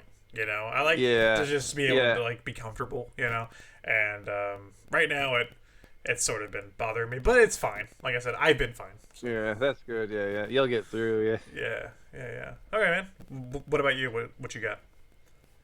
Well, I recently had to go to jury duty, and I'll say that as my negative. Oh no. Because I don't really want to go to jury duty, even though my job will pay for it. But I didn't really want to deal with that, and so I got called into jury duty, and I don't know. Anytime stuff goes out of my routine, I have a really simple life, and if something like that happens, I get stressed out a little bit. I try not to, but going into jury duty, I go, man, I'm gonna get stuck on this stupid thing. I don't want to be stuck here. I might make a poor decision or whatever. So I actually ended up getting up on the panel, and they didn't want me for some reason. I was trying to think of any excuse, but I couldn't really. I said I had open heart surgery a couple of years ago, so I say I don't know because it involved like child torture and child abuse. Oh my god. I said I don't know if my heart can handle this. And they're like, oh, I don't know. Like and they asked, oh, you think you'll be okay? You think it'll judge your on your decision making? And I said, no, I don't think it would affect anything like that. And then I think the only reason I got out of it was that I had a doctor's appointment for my heart doctor because it was supposed to drag on for about 3 weeks, and I think that's why one of the lawyers didn't want me in there. Like I got like a special card where I had to go wait out in the assembly room until the day was over because one of the lawyers wanted me and one didn't, so I had to wait till the end of the day, and then thankfully at the end they didn't want me, so I got to go home. And the courthouse is about 5 miles from my house, and I didn't go to the gym that day, so I told my wife and it was already too late to go to work, so I got a day off of work. Nice. Which is another positive. I'll get to that later. But so I walked home 5 miles, and I had my work shoes on because I thought maybe I was going to go to work after this. I had my work shoes on. I walked 5 miles, which is nothing for me. I do that on the treadmill every day, but walking in work shoes on the pavement is not the same. So I walked home about 5 miles. I go, well, this 5 miles is taking a long time, and my feet started to hurt. And I go, I'll be fine. And I go, man, I should just call my wife to have her pick me up. And I don't want to be a pussy and call my wife. And I think she was doing some yard work or something. So I just walked all the way home 5 miles in those work shoes. By the time I got home, I had big blood blisters. Oh man. Yeah. Oh. So I guess the mixture of the blood blisters and having to go to jury duty, I say that'll be my negative. Oh yeah, that sounds like a a bad day. I do bad, dude. I understand the schedule thing. I don't like whenever I have like something planned. Like if like if you were hey Alex, let's go to the mall tomorrow, and I'm like, okay, sure. And then so like all day I've been like ready to go to the mall, and then like let's say you call me last minute and you're like, actually instead of the mall, let's go do this. I'm gonna freak the fuck out. I'm like, I wasn't prepared for that. Right. So, yeah, no, I get what you mean. I like having a schedule too. I like having like a simple schedule. Yeah. So. Yeah. Yeah. So, all right. Yeah, but Sorry. Go ahead. Oh, so what about the positive? All right. My positive, and this ties into the money thing a little bit, but on a positive end, I have a friend coming in to see me in a couple weeks from this recording. I'm not going to say who it is, but I do have a friend coming to visit me for a few days, and I'm very excited. Excellent. I turned 30 next month, and I'm at that point in my life. I think everyone gets to this point in their life. I don't really hang out with people. Like I hang out with like my girlfriend and like my parents. Yeah. I was like, but I don't really hang out with like people anymore because I'm just Yeah. I'm just a crotchety old man. So like, Yeah, I got that way when I was your age. Yeah. so I'm excited to like actually have somebody here with me for a few days, and we're gonna like That's adventure. cool. You Yeah. know, we're gonna like adventure around and stuff like that. So like, you know, Ah, very I've been like fun. looking forward to that. So like that does All that right. does factor into the money thing, because I've been like in the back of my head, I'm like, Yeah. gotta make sure I have money for this, gotta make sure I have money for that. But I know once I like reach that point and once I get to do it, I'm gonna have so much fucking fun. Yeah. So Oh, it'll be good. Yeah. yeah. It's someone I know. Okay, I'm I not don't want to saying. say that. Okay. Yeah. Maybe this person is rich and you don't have to worry about that. No, No, I don't want to put that on That's them. like, no, I know. Yeah, Dude, I hate I have. I hate Yeah. asking anybody for money. Like I won't even Oh, ask I my know. like I won't Yeah. even ask my parents for money. Like I hate Yeah, me too. I Yeah. hate doing that. Like I hate having to rely on people. Yeah. I feel like such a fucking asshole when I do. Yeah, no, I feel you. So, My best buddy lives in Sweden now, and every once in a while he'll fly down here, and I guess the Swedish dollar goes a lot longer than the American dollar, and he usually like pays everything for me. Like I feel bad, but he's like my wow. best friend since like third grade. Wow. Sometimes he comes down and I usually take a week off of work when he's here, and we just chill and play video games and get buffalo wings and beer. Dude, hell yeah. Just for yeah, That's living it up right yeah. there. But sometimes I feel bad because he's always paying for everything. Is it good beer? What kind of beer do you get? Yeah. Oh, we usually get like IPAs. Okay, good, good. Yeah. Yeah. Yes. Yeah. I'm not supposed to drink. I try not to drink that much at all anymore. I mean, but if he comes down, I'll try to maybe have one a day. Fair enough, man. Awesome, awesome. So I can't wait. I can't wait to hear about your adventures coming up, though. You will. You will. I just, you know, Yeah. as of right now, this is probably going to go up before that point. So Yeah. I don't want to talk about it right now, you know. But that is Yeah. that is my Right. that is my positive. That's what's been in my head Yeah. recently. Yeah. So, Yeah. buddy, what's yours? So it ties into that same story. When I was at the courthouse, seemed like I was there for a long time, just going back and forth between the jury room and the assembly room, and walking down the street to get food and coming back. It seemed like I was there forever, and I was waiting around in there.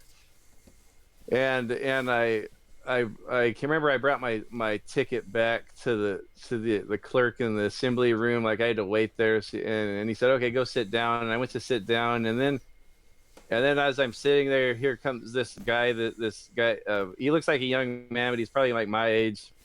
He walks over and he says, "Hey, are you Steve?"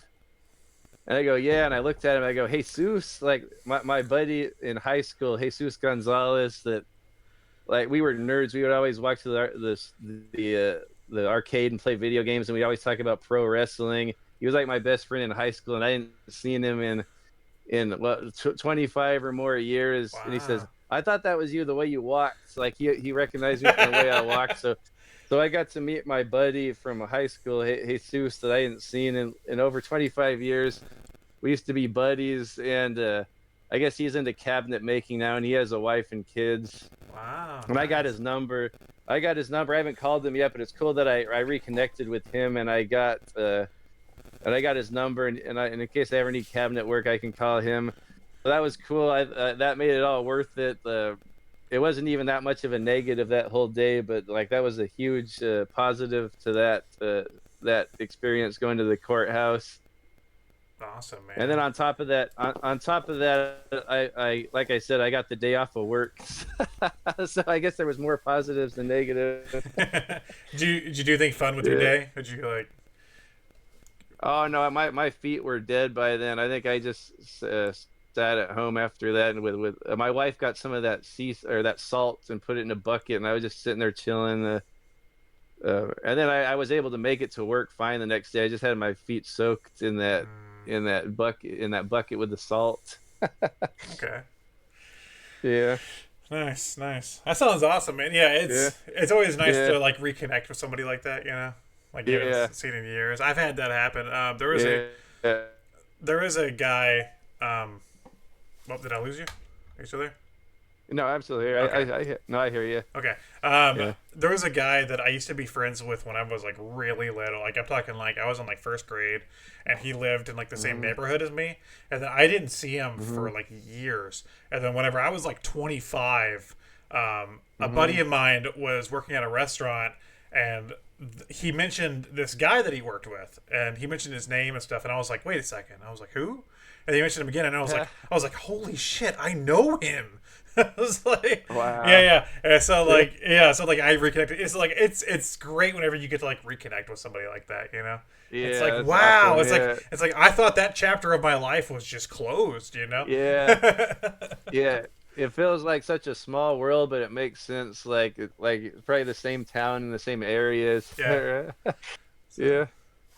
But it feels like a small world. Like yeah, you're reconnecting with the past. Like yeah, yeah, like it's like a different part of your life that you thought was gone. cool. All right, I'm gonna check and see where we're at because we are at that point in the show where I'm out of segments until the very end. Okay. Oh, we're at like 1:30, dude. We're at like Okay. 1:29 exactly. So we can just kind of Oh, good. shoot the shit for a little bit if you want. Yeah, let's do it. Yeah, what's on your mind? What do you want to talk about? What do you got? So you've been playing any other games? I I have. guess. I, Yeah. I can talk about it, but Yeah. just to preface it, this is what I was going to talk Yeah. about if you chose Yeah. beat it for me, because Uh, I technically yeah. haven't beaten this game yet, but I'm like at the end. Yeah. Okay. Yeah. I'm on like chapter 16 out of 18. Mm-hmm. And I'm gonna be talking about it with another friend that we both know on another channel. Okay. I have been playing Final Fantasy VII Remake. Um, Oh wow. Yeah. Final Fantasy VII Remake Intergrade on my Steam Deck Yeah. actually, which is Yeah. the funniest way to play that. Um, Wow. That's cool. Yeah. Yeah. and you know that's another game that I have the original PS4 release of that game, Mm-hmm. and I didn't like it when it first came out. And I think all the reasons I didn't like it are why I'm so into it now. Because I think I understand it Mm-hmm. more. Because like to me, that game is almost a commentary on remakes. For one, what other remake is labeled remake? Like most remakes are Yeah. are Yeah. just labeled like Resident Evil 2. You know, they don't say Resident Yeah. Evil 2 Yeah. remake on the box. Yeah. No. But Final Fantasy 7 actually says it, and like it it purposely like says it, and then it purposely makes it a point to point out the fact that they can't deviate from the story, because like there's like these Mm-hmm. there's like phantom things that like Yeah. whenever a character is doing something, or whenever there's something happening that didn't happen in the original game, they will kind of like push them into the narrative, or they will like intervene, and Wow. it almost feels like a commentary on like remakes as a Wow. whole. Like it almost feels like Square Enix being like, we can't do anything else with this world because the fans Yeah. will not let us. Because so like that's Yeah. and like at the time I thought it was stupid, because I was like, oh, it's an action game now, and like Yeah. you know there's these weird phantom things, and like they're trying to change the story. Now I get it. Now I'm like, Yeah. holy shit! Like no, they were saying something about like the state of remakes, and like Wow. I've been into it. I've like I said, I'm like right at the end. I've been like getting everything in the game. I missed some damn summons earlier in the game. I didn't know I missed, but I've done I all hate of it when I do stuff like that. I've done all Yeah. of the side quests. I'm like at like the very end of the, because like this game's only disc 1 of the original game, Yeah. so it's like Yeah. I'm at the area where they go to the Shinra Tower. Yeah. So I'm like nearing the end there. You know, like I said, chapter 16 out of 18, and Intergrade has the bonus chapter with Yuffie, but Yeah. so I'm like almost done with it. But Oh, okay. Wow. but yeah, I've just been really enjoying it, and it took me a couple of years to enjoy it. Yeah. So this is almost like the like it acknowledges the original game, but it sort of like alternate universe type thing. Kinda, yeah, and like Or- yeah. it feels like it's it feels like it's pandering to nostalgia, which obviously it is, but Yeah, it also feels like it has something to say about that, which so that's interesting to crazy. me. Yeah. So like Yeah, I thought about doing, maybe I'll do like an editorial. I really want to do an editorial soon where I just talk about yeah, like nostalgia, like how we view yeah, nostalgia, like what nostalgia is. Because yeah, this game's really had me thinking about that. So. yeah, yeah. That's crazy. I think yeah, like that reminds me. The other night we watched Beverly Hills Cop 4, and I was thinking like, wow, this is awesome because The crossover nobody wanted. Beverly Hills Cop and yeah, Final Fantasy 7. yeah. Oh, that would be awesome. Sorry, go ahead. Yeah, but like talking about nostalgia though, like that movie is not like it's not an 80s movie like a lot of these movies just play on nostalgia like the time period like the 80s or the 90s or the 2000s or whatever. This movie is set in current time, but it feels like an 80s movie. I don't know that's why I liked it so much because it doesn't like aesthetically look like an 80s movie, but it feels like it, like the plot and just like the it feels like a Beverly Hills Cop movie, but it just got made yesterday. Hmm. So I was like, man, is this movie really, really good, or is it just my nostalgia? Because this feels like the type of movie I like from the 80s. Yeah, and Yeah, like and like even though I want to do something where I talk about nostalgia, it's hard to look at yeah, it. It's hard to look at it objectively because yeah, obviously I also fall into that same trap, right? yeah, Of like enjoying nostalgia. Like sometimes I'll just play a new game that's like, yeah. oh, a new Crash Bandicoot game or new Sonic or whatever, Mhm, new Resident Evil game, mhm. and it's just Yeah, pandering. It's pandering to my nostalgia, and it's like, is yeah, this actually a great game, or am I just like yeah, yearning for something of old? Am I yeah. So it's so weird to Mhm, think about that. yeah. So I really want to get into that 7. Like I didn't really have an interest until I've been hearing people gloat about it so much because I like the original Final Fantasy 7 me too. and and so I was like I don't really need to play the new one, but from what I'm hearing like they've added all this stuff like you're talking about the Phantoms or whatever, like it might be a interesting new take on it. Yeah, they've it is. And then new yeah, I mean, it is great yeah. seeing like Midgar and the characters, and like Yeah. beautiful HD Mhm. and not like the polygons of the Mhm. of the original. But Yeah. the thing is that I think the original Final Fantasy VII, it's not even a game I grew up with, and I think it's like one of the best Mhm. games of all time. So Yeah. I think Yeah. that's why this remake didn't resonate with me at first. Yeah. Was because I was like, this I'll probably isn't. be in the same boat. Yeah. Yeah, I was like, Yeah. this isn't the original. Um, Yeah. so I'm having to like remove myself from that and just enjoy it for its Yeah. what it is. So Right. Yeah. Because I didn't play the original until I was 40. oh Like yeah, I played it on the original hard because I was not into RPGs when I was a kid. Like that's something where I got into as an adult. same I same. kind of more have like the patience for them now. And so I was never it always appealed to me like when I'd see the ads for it on television like whoa that game looks fantastic and then I'd rent it or play the demo like oh all this turn-based trash like screw this but now that I've embraced that I played it the first time when I was 40 and it was like one of the best experiences like as good as any new game I'd ever played and I just played Yeah, on the original hardware with an old memory card everything it's so good I'm trying to think. Final Fantasies. We did a map out. I want to say back in 2020. I think it's when we did it. Mhm. And we actually it was like 2 episodes long because we split it up between disc Mhm. one and disc two and three. Um, Yeah. and that was my first time beating it. Yeah. I had Oh, excellent. known like I had Yeah. known about it, and I had experienced other pieces of Final Fantasy VII media like Dirge of Cerberus and Yeah. Children. Yeah. No, what's the fucking movie? Children of Advent Children. Oh, yeah. Um, Yeah. but I hadn't actually played through the full game myself. until then. And even then, this chunky ass old looking game, PS1 game, where the characters look blocky and the backgrounds are like painted and it looks weird. It was fucking great. I love that game so much. Oh yeah, yeah.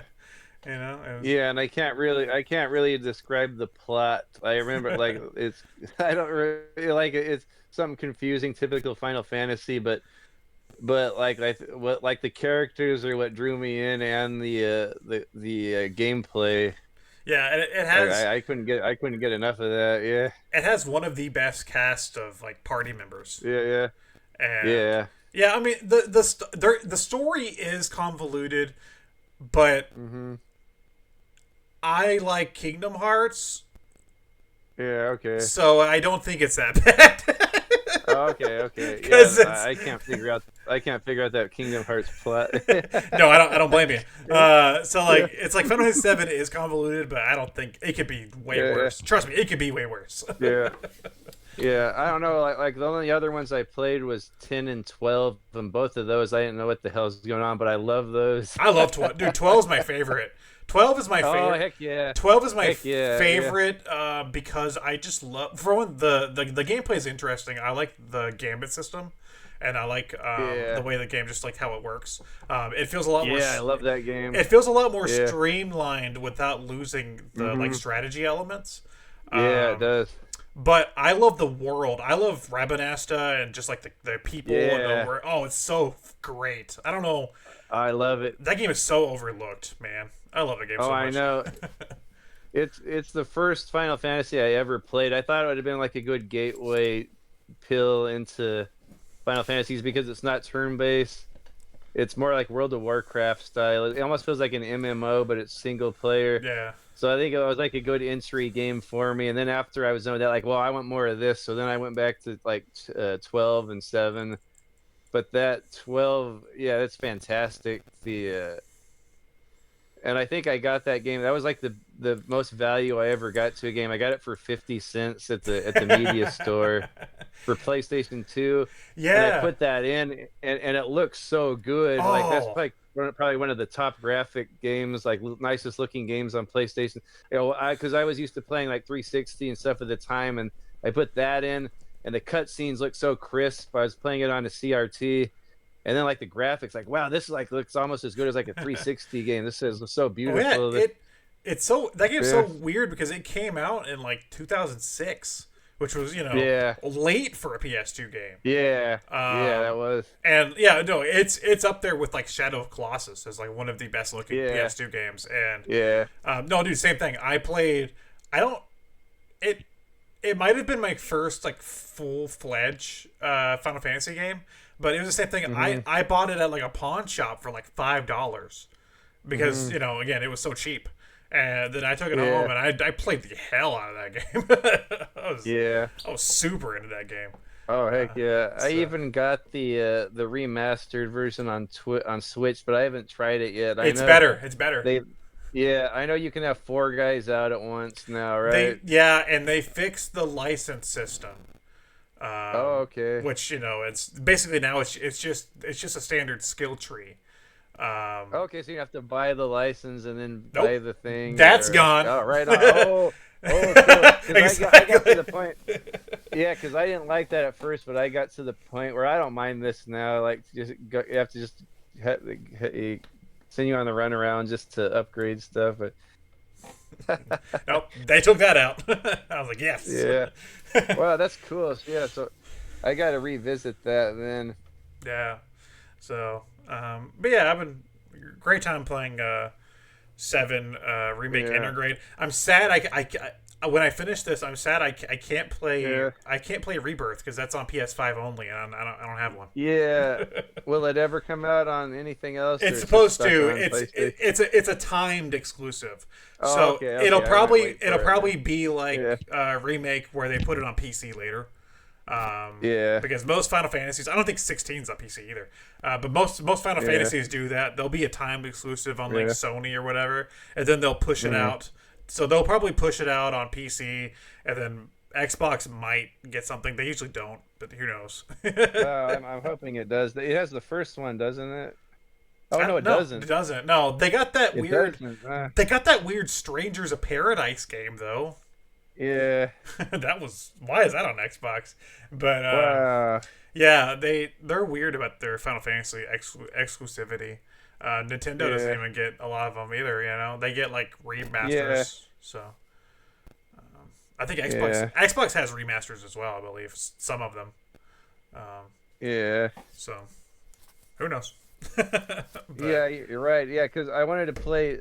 I was hoping the second Final Fantasy, is it called? What's the second one called that just came out on 5? The which one? Well, the Rebirth. The remake, Yeah. Rebirth. Yeah, I was hoping that would have gotten a PS4 release so I could play it, but it looks like it's just only PS5. That was also my hint that like to play Remake again, because they called the first one Remake and they're called the second one Rebirth, and the third one is going to be named like something else. But like I was like, oh wait a second, I was like Rebirth. I was like, so that's not so it's not just like Remake 2. I was like something funky's happening. Something funky's happening here. Would you like this treatment to be done to other Final Fantasies in the series? Like I'm thinking it would be cool if some of those older like Super Nintendo games would get this treatment. I don't think so. I think it's no. I think 7's the perfect game to try it with because it's such an impactful game, and you know, just like not even just in the series, but just in gaming in general. Yeah. But if they did remake another one, I would think they would have to actually remake it, not just like remake. You call it remake and then do what they're doing now. And it would probably be 6. It'd probably be that one. Or whatever. It was 3 here, right? We had it as 3, I think. Yeah, 3. Yeah. But 6, yeah. Yeah. I don't go by the American numbering. Yeah. I know people that like grew up with those games. They still use the American numbering, and I'm like, I've played all of the old games, but I played them on PSP and stuff, with like through like re-releases like PSP and DS. So it's like, no, I'm gonna call them their actual numbers, not your bullshit numbers. Yeah, you're right. Yeah. I haven't played any of those old ones. I wanted to, but I was thinking maybe if they remake them, I would rather play a remake. But I should go back, because I know 6 and 2 or 6 and 4 are like supposed to be 2 of the best ones.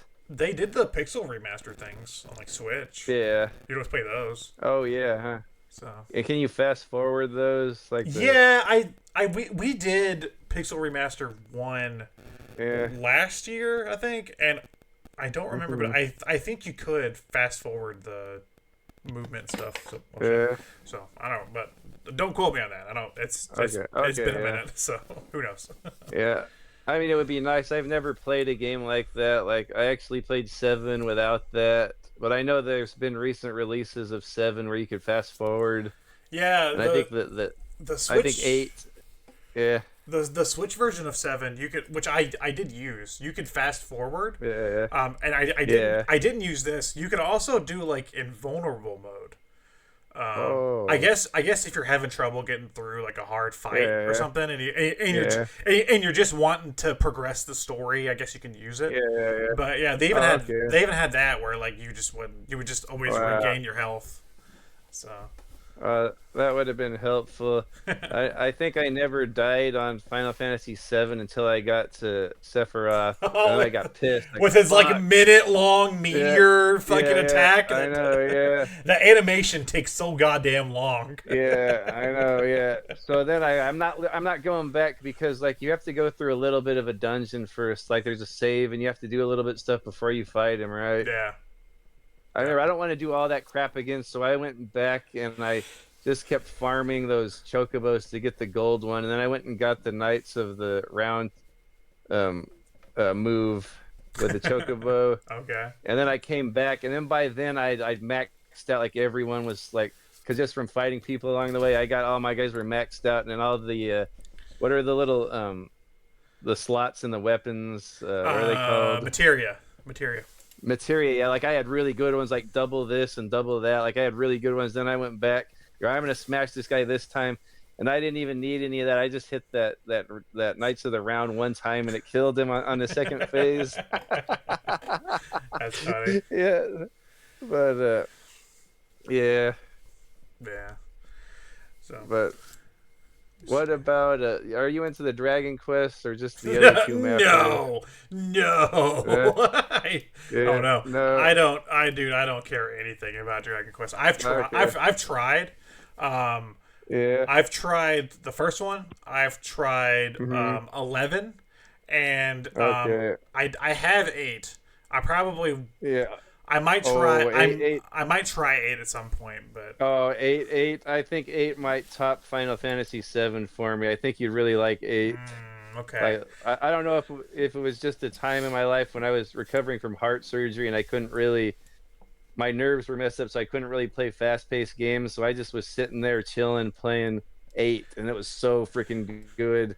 And I could actually understand the plot. Like, the plot's not hard to understand like Final Fantasy.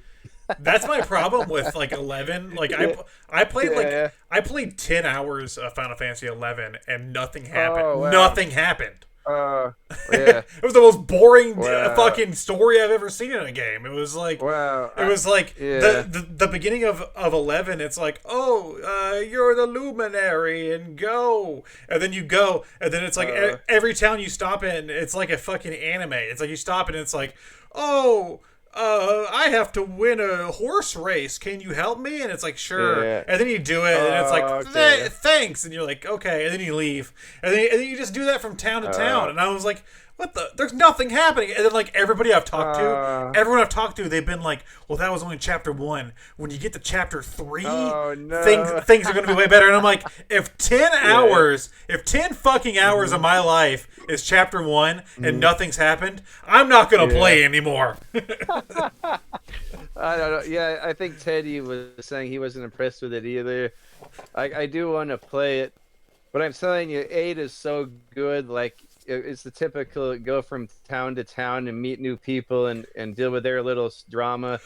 And it seems like it's just like little episodic things, but at the end you see how all these little things start tying together. It's really cool.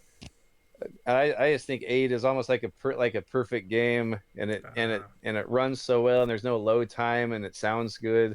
Okay, I'll have to try it. And I'm working on. I do have it on PS2, so. Yeah. I'm working on 7 right now. Teddy gave me that Dragon Quest 7 on DS about a year ago, and that's a grind. That's a struggle. It's not bad. It's really good. A lot of cool little stories and time traveling. It's really good, but it is like more of a grind than any other one I've played. It's really super long. Maybe 40 hours I put into it, and I don't think I'm halfway done with it. Yeah, Teddy gave me 8. Teddy gave me my copy of 8. Oh yeah, okay. You got. If you like 8, I don't think I'll ever play this again, but I could pay it forward and give it to you if you're interested. I know Teddy has a save on it, and I have a save on it. If you're interested, let me know. I'll have to let you know. But as of right now, I haven't been impressed by any Dragon Quest game I've played. So okay, we'll see. Yeah. I'm thinking 8 might change your mind, but who knows?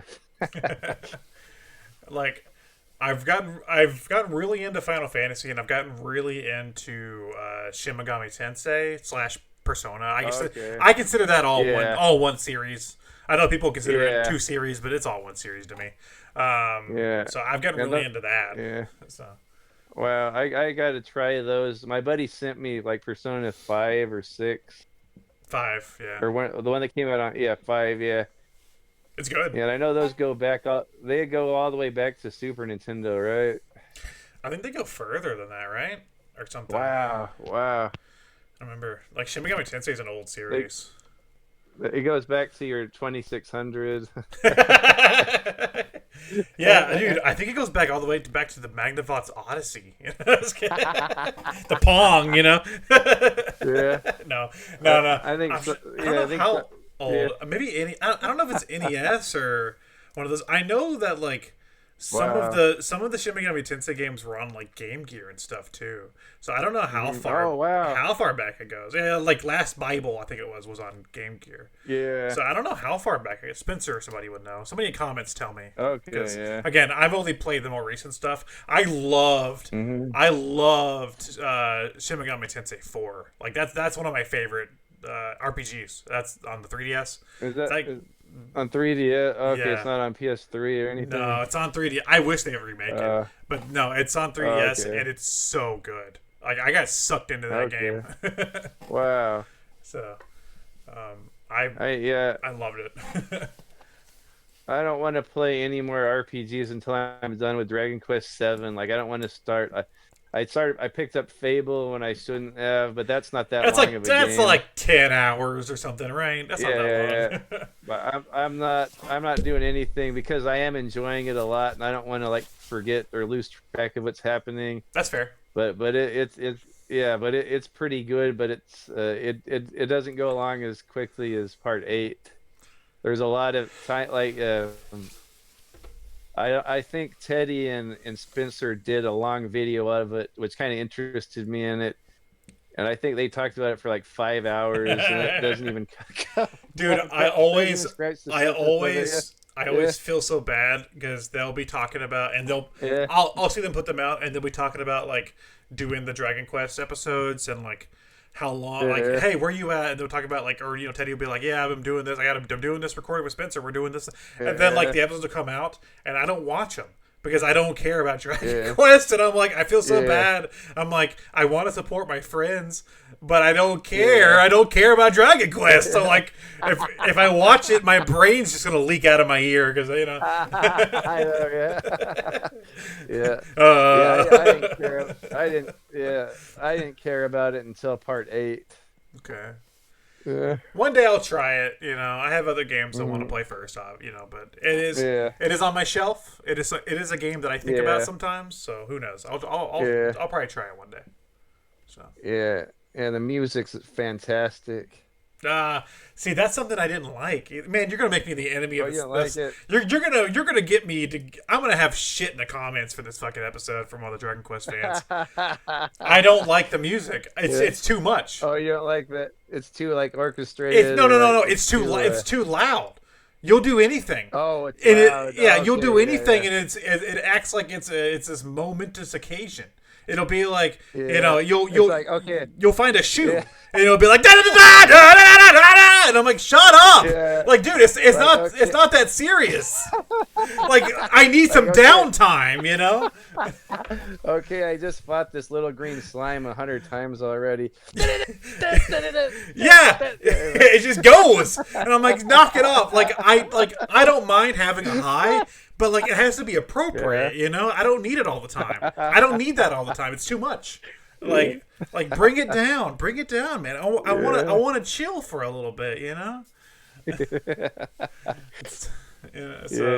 No, it was I when I played 11, I played it a lot of the time with the music off because, like I said, it would just get on my damn nerves. It would annoy the hell out of me. So. I hear that music a lot too. My wife always plays Dragon Quest Builders, and I hear a lot of the tracks from other games are in Dragon Quest Builders, so I hear them a lot in that too. Oh, that's like the Minecraft one, right? Yeah. Sure. Mm-hmm. I'm sure it's fine. Yeah, it's pretty much like. Yeah, it's more like Zelda meets Minecraft. It's not really anything like Dragon Quest, other than like the items and the enemies and the visual style. Yeah, it's more like Akira Toriyama style. Yeah. So neat. And and the art style doesn't bother me because I like Akira Toriyama. I'm a big fan of Dragon Ball. So it's cute. Dragon Quest is cute. I'll give it that. Oh yeah, cute. Yeah. Oh. Aww. So, no, it's like I'll go into like stream sometime, and like my buddy, Brian, he's always, IGotKings, he's always streaming. He's always playing. He's always. I think he is right now while we're recording this. I'm pretty sure. Probably. I'm pretty sure he's Hold on, let me look. I'm pretty sure he's streaming Dragon Quest as we talk. Yeah, I feel bad. I haven't gone to his streams lately, I but mean, usually it's like something like Dragon Quest. I was thinking I might want to play those some days, but I'm sure I will forget by then anyway, so I might as well just watch wait him. for yes. Look, I don't I'm want gonna show to the spoil. camera right now. He's streaming Dragon Quest 2. He's streaming. Yeah. He's streaming Dragon Quest 2 as we talk. No, sorry, three on the Game Boy. Yeah. So yeah, Yeah. I'll go in to talk to him, and it's like the music will just start getting on my damn nerves while I'm talking to him. Because like usually I don't have because Twitch acts funny on my phone, so usually I just turn the video the video off so I can just have audio, and I'll like talk to him through the chat. But like. You know, he'll be talking to me, and like after a while, I'm like, okay, I have to get off here because this music is gonna drive me fucking insane if I keep listening to this music. Yeah. So, but Heck yeah. all right, I gotta stop complaining about Dragon Quest because, like I said, I'll be the bad guy of the episode. Where are we at? Oh, we got about 2 minutes. We got 2 minutes, and we'll hit the 2-hour mark. All right. So nice. Oh heck yeah.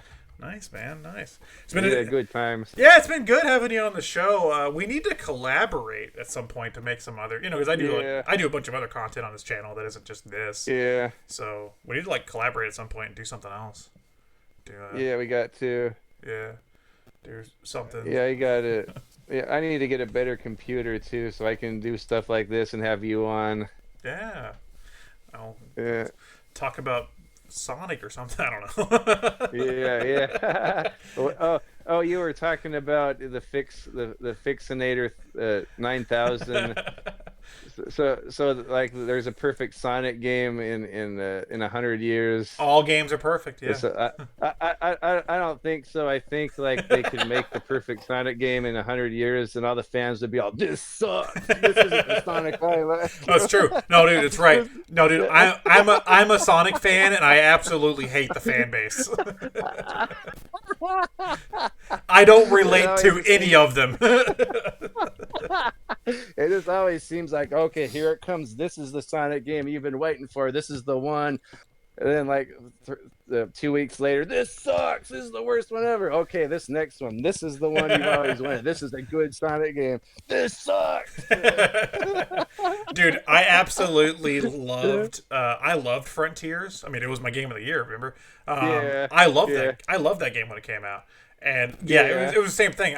I purposely stayed away from the internet when that game came out because I was like, I just want to enjoy it for a minute. So I just enjoyed it all the way through. I played it as much as I could. I got 100%.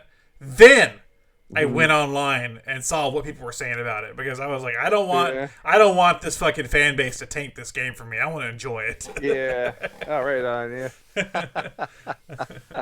No, there's no pleasing them. Yeah.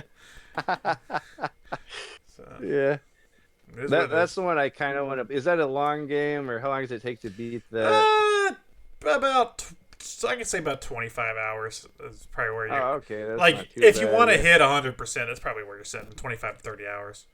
So, okay, cool. Yeah. So it's not like RPG type. No, but it's more like, it is sort of Breath of the Wild like, so like you have to be in the mood for a game like that where you're gonna like to run around and explore, So like that's the that's the thing. So. Yeah, I'm feeling like I would kind of more gravitate that over Tears of the Kingdom because I've already been there, done that with. Dude, I didn't play it. I didn't play Tears of the Kingdom, and I loved Breath of the Wild. Breath of the Wild. Oh yeah, I loved it too. Yeah. Breath of the Wild is my favorite 3D Zelda game. And oh wow. It's the thing of like being. I'm gonna have to. Yeah. Sorry. Go ahead. Go ahead. It's good. No, I said I'm gonna have to leave now. No, just kidding. Oh no, 3D, no, just kidding. 3D Zelda game. Yeah. Before that, it was Wind Waker, but okay, excellent. But Tears of the Kingdom, it's it looks overwhelming. It just is overwhelming. Yeah. And I don't want to play it. And like. I remember everybody was asking me when that game was coming out, are you getting Tears of the Kingdom? And I was like, no, I'm getting Pikmin 4. And that's what I bought. I bought Pikmin 4 in like July. I think Tears of the Kingdom was June of last year. I bought Pikmin 4 in July, and I played the hell out of Pikmin 4. Wow, yeah. And I was like, that's my Tears of the Kingdom. Yeah, because Yeah, it has like the same map as Breath of the Wild, and then on top of that, there's like a sky map, and then there's like an underground map. And you have to like Like, create. man, You have to like yeah. Banjo Kazooie nuts Oh and yeah, you bolts create all stuff. that stuff. Yeah, yeah, Um, yeah, nuts and bolts type stuff. Yeah, yeah, and I'm like, that yeah, is too much. Like that is a lot. yeah, That's a lot, you know. And like, I don't know. yeah, Maybe someday I'll be ready for it, but I'm not ready for it. yeah. That's just like my wife's always playing Fallout 4, and she's always building all these forts, like these she builds all these forts, like they're little towns. She builds like little um I don't know what they're called, like little towns or little forts. And she has like 20 of them building, and she's building all the houses and assigning all the people all of their jobs and farming and all this stuff. Like, well, this is Fallout. Like, I don't want to sit there. And she goes, oh, you don't have to do that. Like, I don't want to play this damn game if you have, because the way I am, I'm like completionist. Like, I got to do every little thing. And then you have all these damn little cities you have to build in the middle of Fallout. Like, I just want to go to dungeons and shoot stuff. Yeah, that's And she's like, you don't have to do this. You don't have to do this. You can just play the game. That'll drive me nuts though. Like, there's all these little cities you have to build and defend them. And dude. Yeah. That's another similar to Yeah. Dragon Quest. I don't like Bethesda RPGs. I can't stand Bethesda RPGs. Oh, really? Because Really? people will be like, Yeah. "This is the best game ever," and then I play it, and it feels like it's being held together by duct tape. And I'm Yeah, like, "This is the best game ever." Oh man. I'm like, the game feels like it's gonna fall apart any second. Yeah. I do like a lot of them, but that 4 is a little too much for me. Yeah, I played 3 in New Vegas, and they were fine. Yeah. I like those. I don't feel like I ever need to play any Bethesda RPGs again. I feel like that Starfield came out, and I'm happy. Oh yeah, that's I'm another one. Yeah. I'm happy for anybody that Yeah. likes it, but I'm not. Yeah. I'm not playing it. Dude, that's even too much. That's way like that. That's too much for me. That's even more than Fallout 4. What I was complaining about, like there's like hundreds and hundreds of randomly generated planets and all this. Like, I don't want to deal with that. All right, man. We've hit that 2-hour mark, Yeah. so we're gonna have to wrap All it right. up. We'll have to wrap it up, man. Okay. All right. Too bad. All right. It's too bad I don't have any more segments for the show. Yeah, I know. Yeah, sorry I blasted through those so fast. I'm just I kidding. was thinking there was another segment. Yeah. There is another segment, Tyler. That was a joke. Yeah. That was a trick. That was a Yeah. test. That was a test, and you failed. Because there is one more segment that I do every episode at the very end. Do you know what that segment's called? Yeah, I forgot. All right. The segment is called 30 Seconds to Tell. Mr. Tylord, I'm going to start a timer. I never have this ready. I'm going to get this timer started here in a second. Go. You're going to have 30 seconds, not minutes. You're going to have 30 seconds to tell me and the audience at home who you are, what you do, and where to find you. And as soon as the 30 seconds are up, the show ends abruptly. So whenever you're ready, okay, excellent. Whenever you're ready, I'm going to hit start. Let me know when you're ready. Okay, here we go. Ready? Okay, ready? Go. Hi, everybody. I'm Tylord. You can catch me on YouTube, where I talk about video games and movies and pick them up and collect them. Sometimes I'll be streaming video games. Sometimes I will just be babbling about them. Most of the time I'll be talking about James Bond movies with my co-host Wubs in our Best of Bond series. Stop by and say hi. I'm on Instagram at Tylord79 if you want to say hi. That's the only social media I have. You got cut off.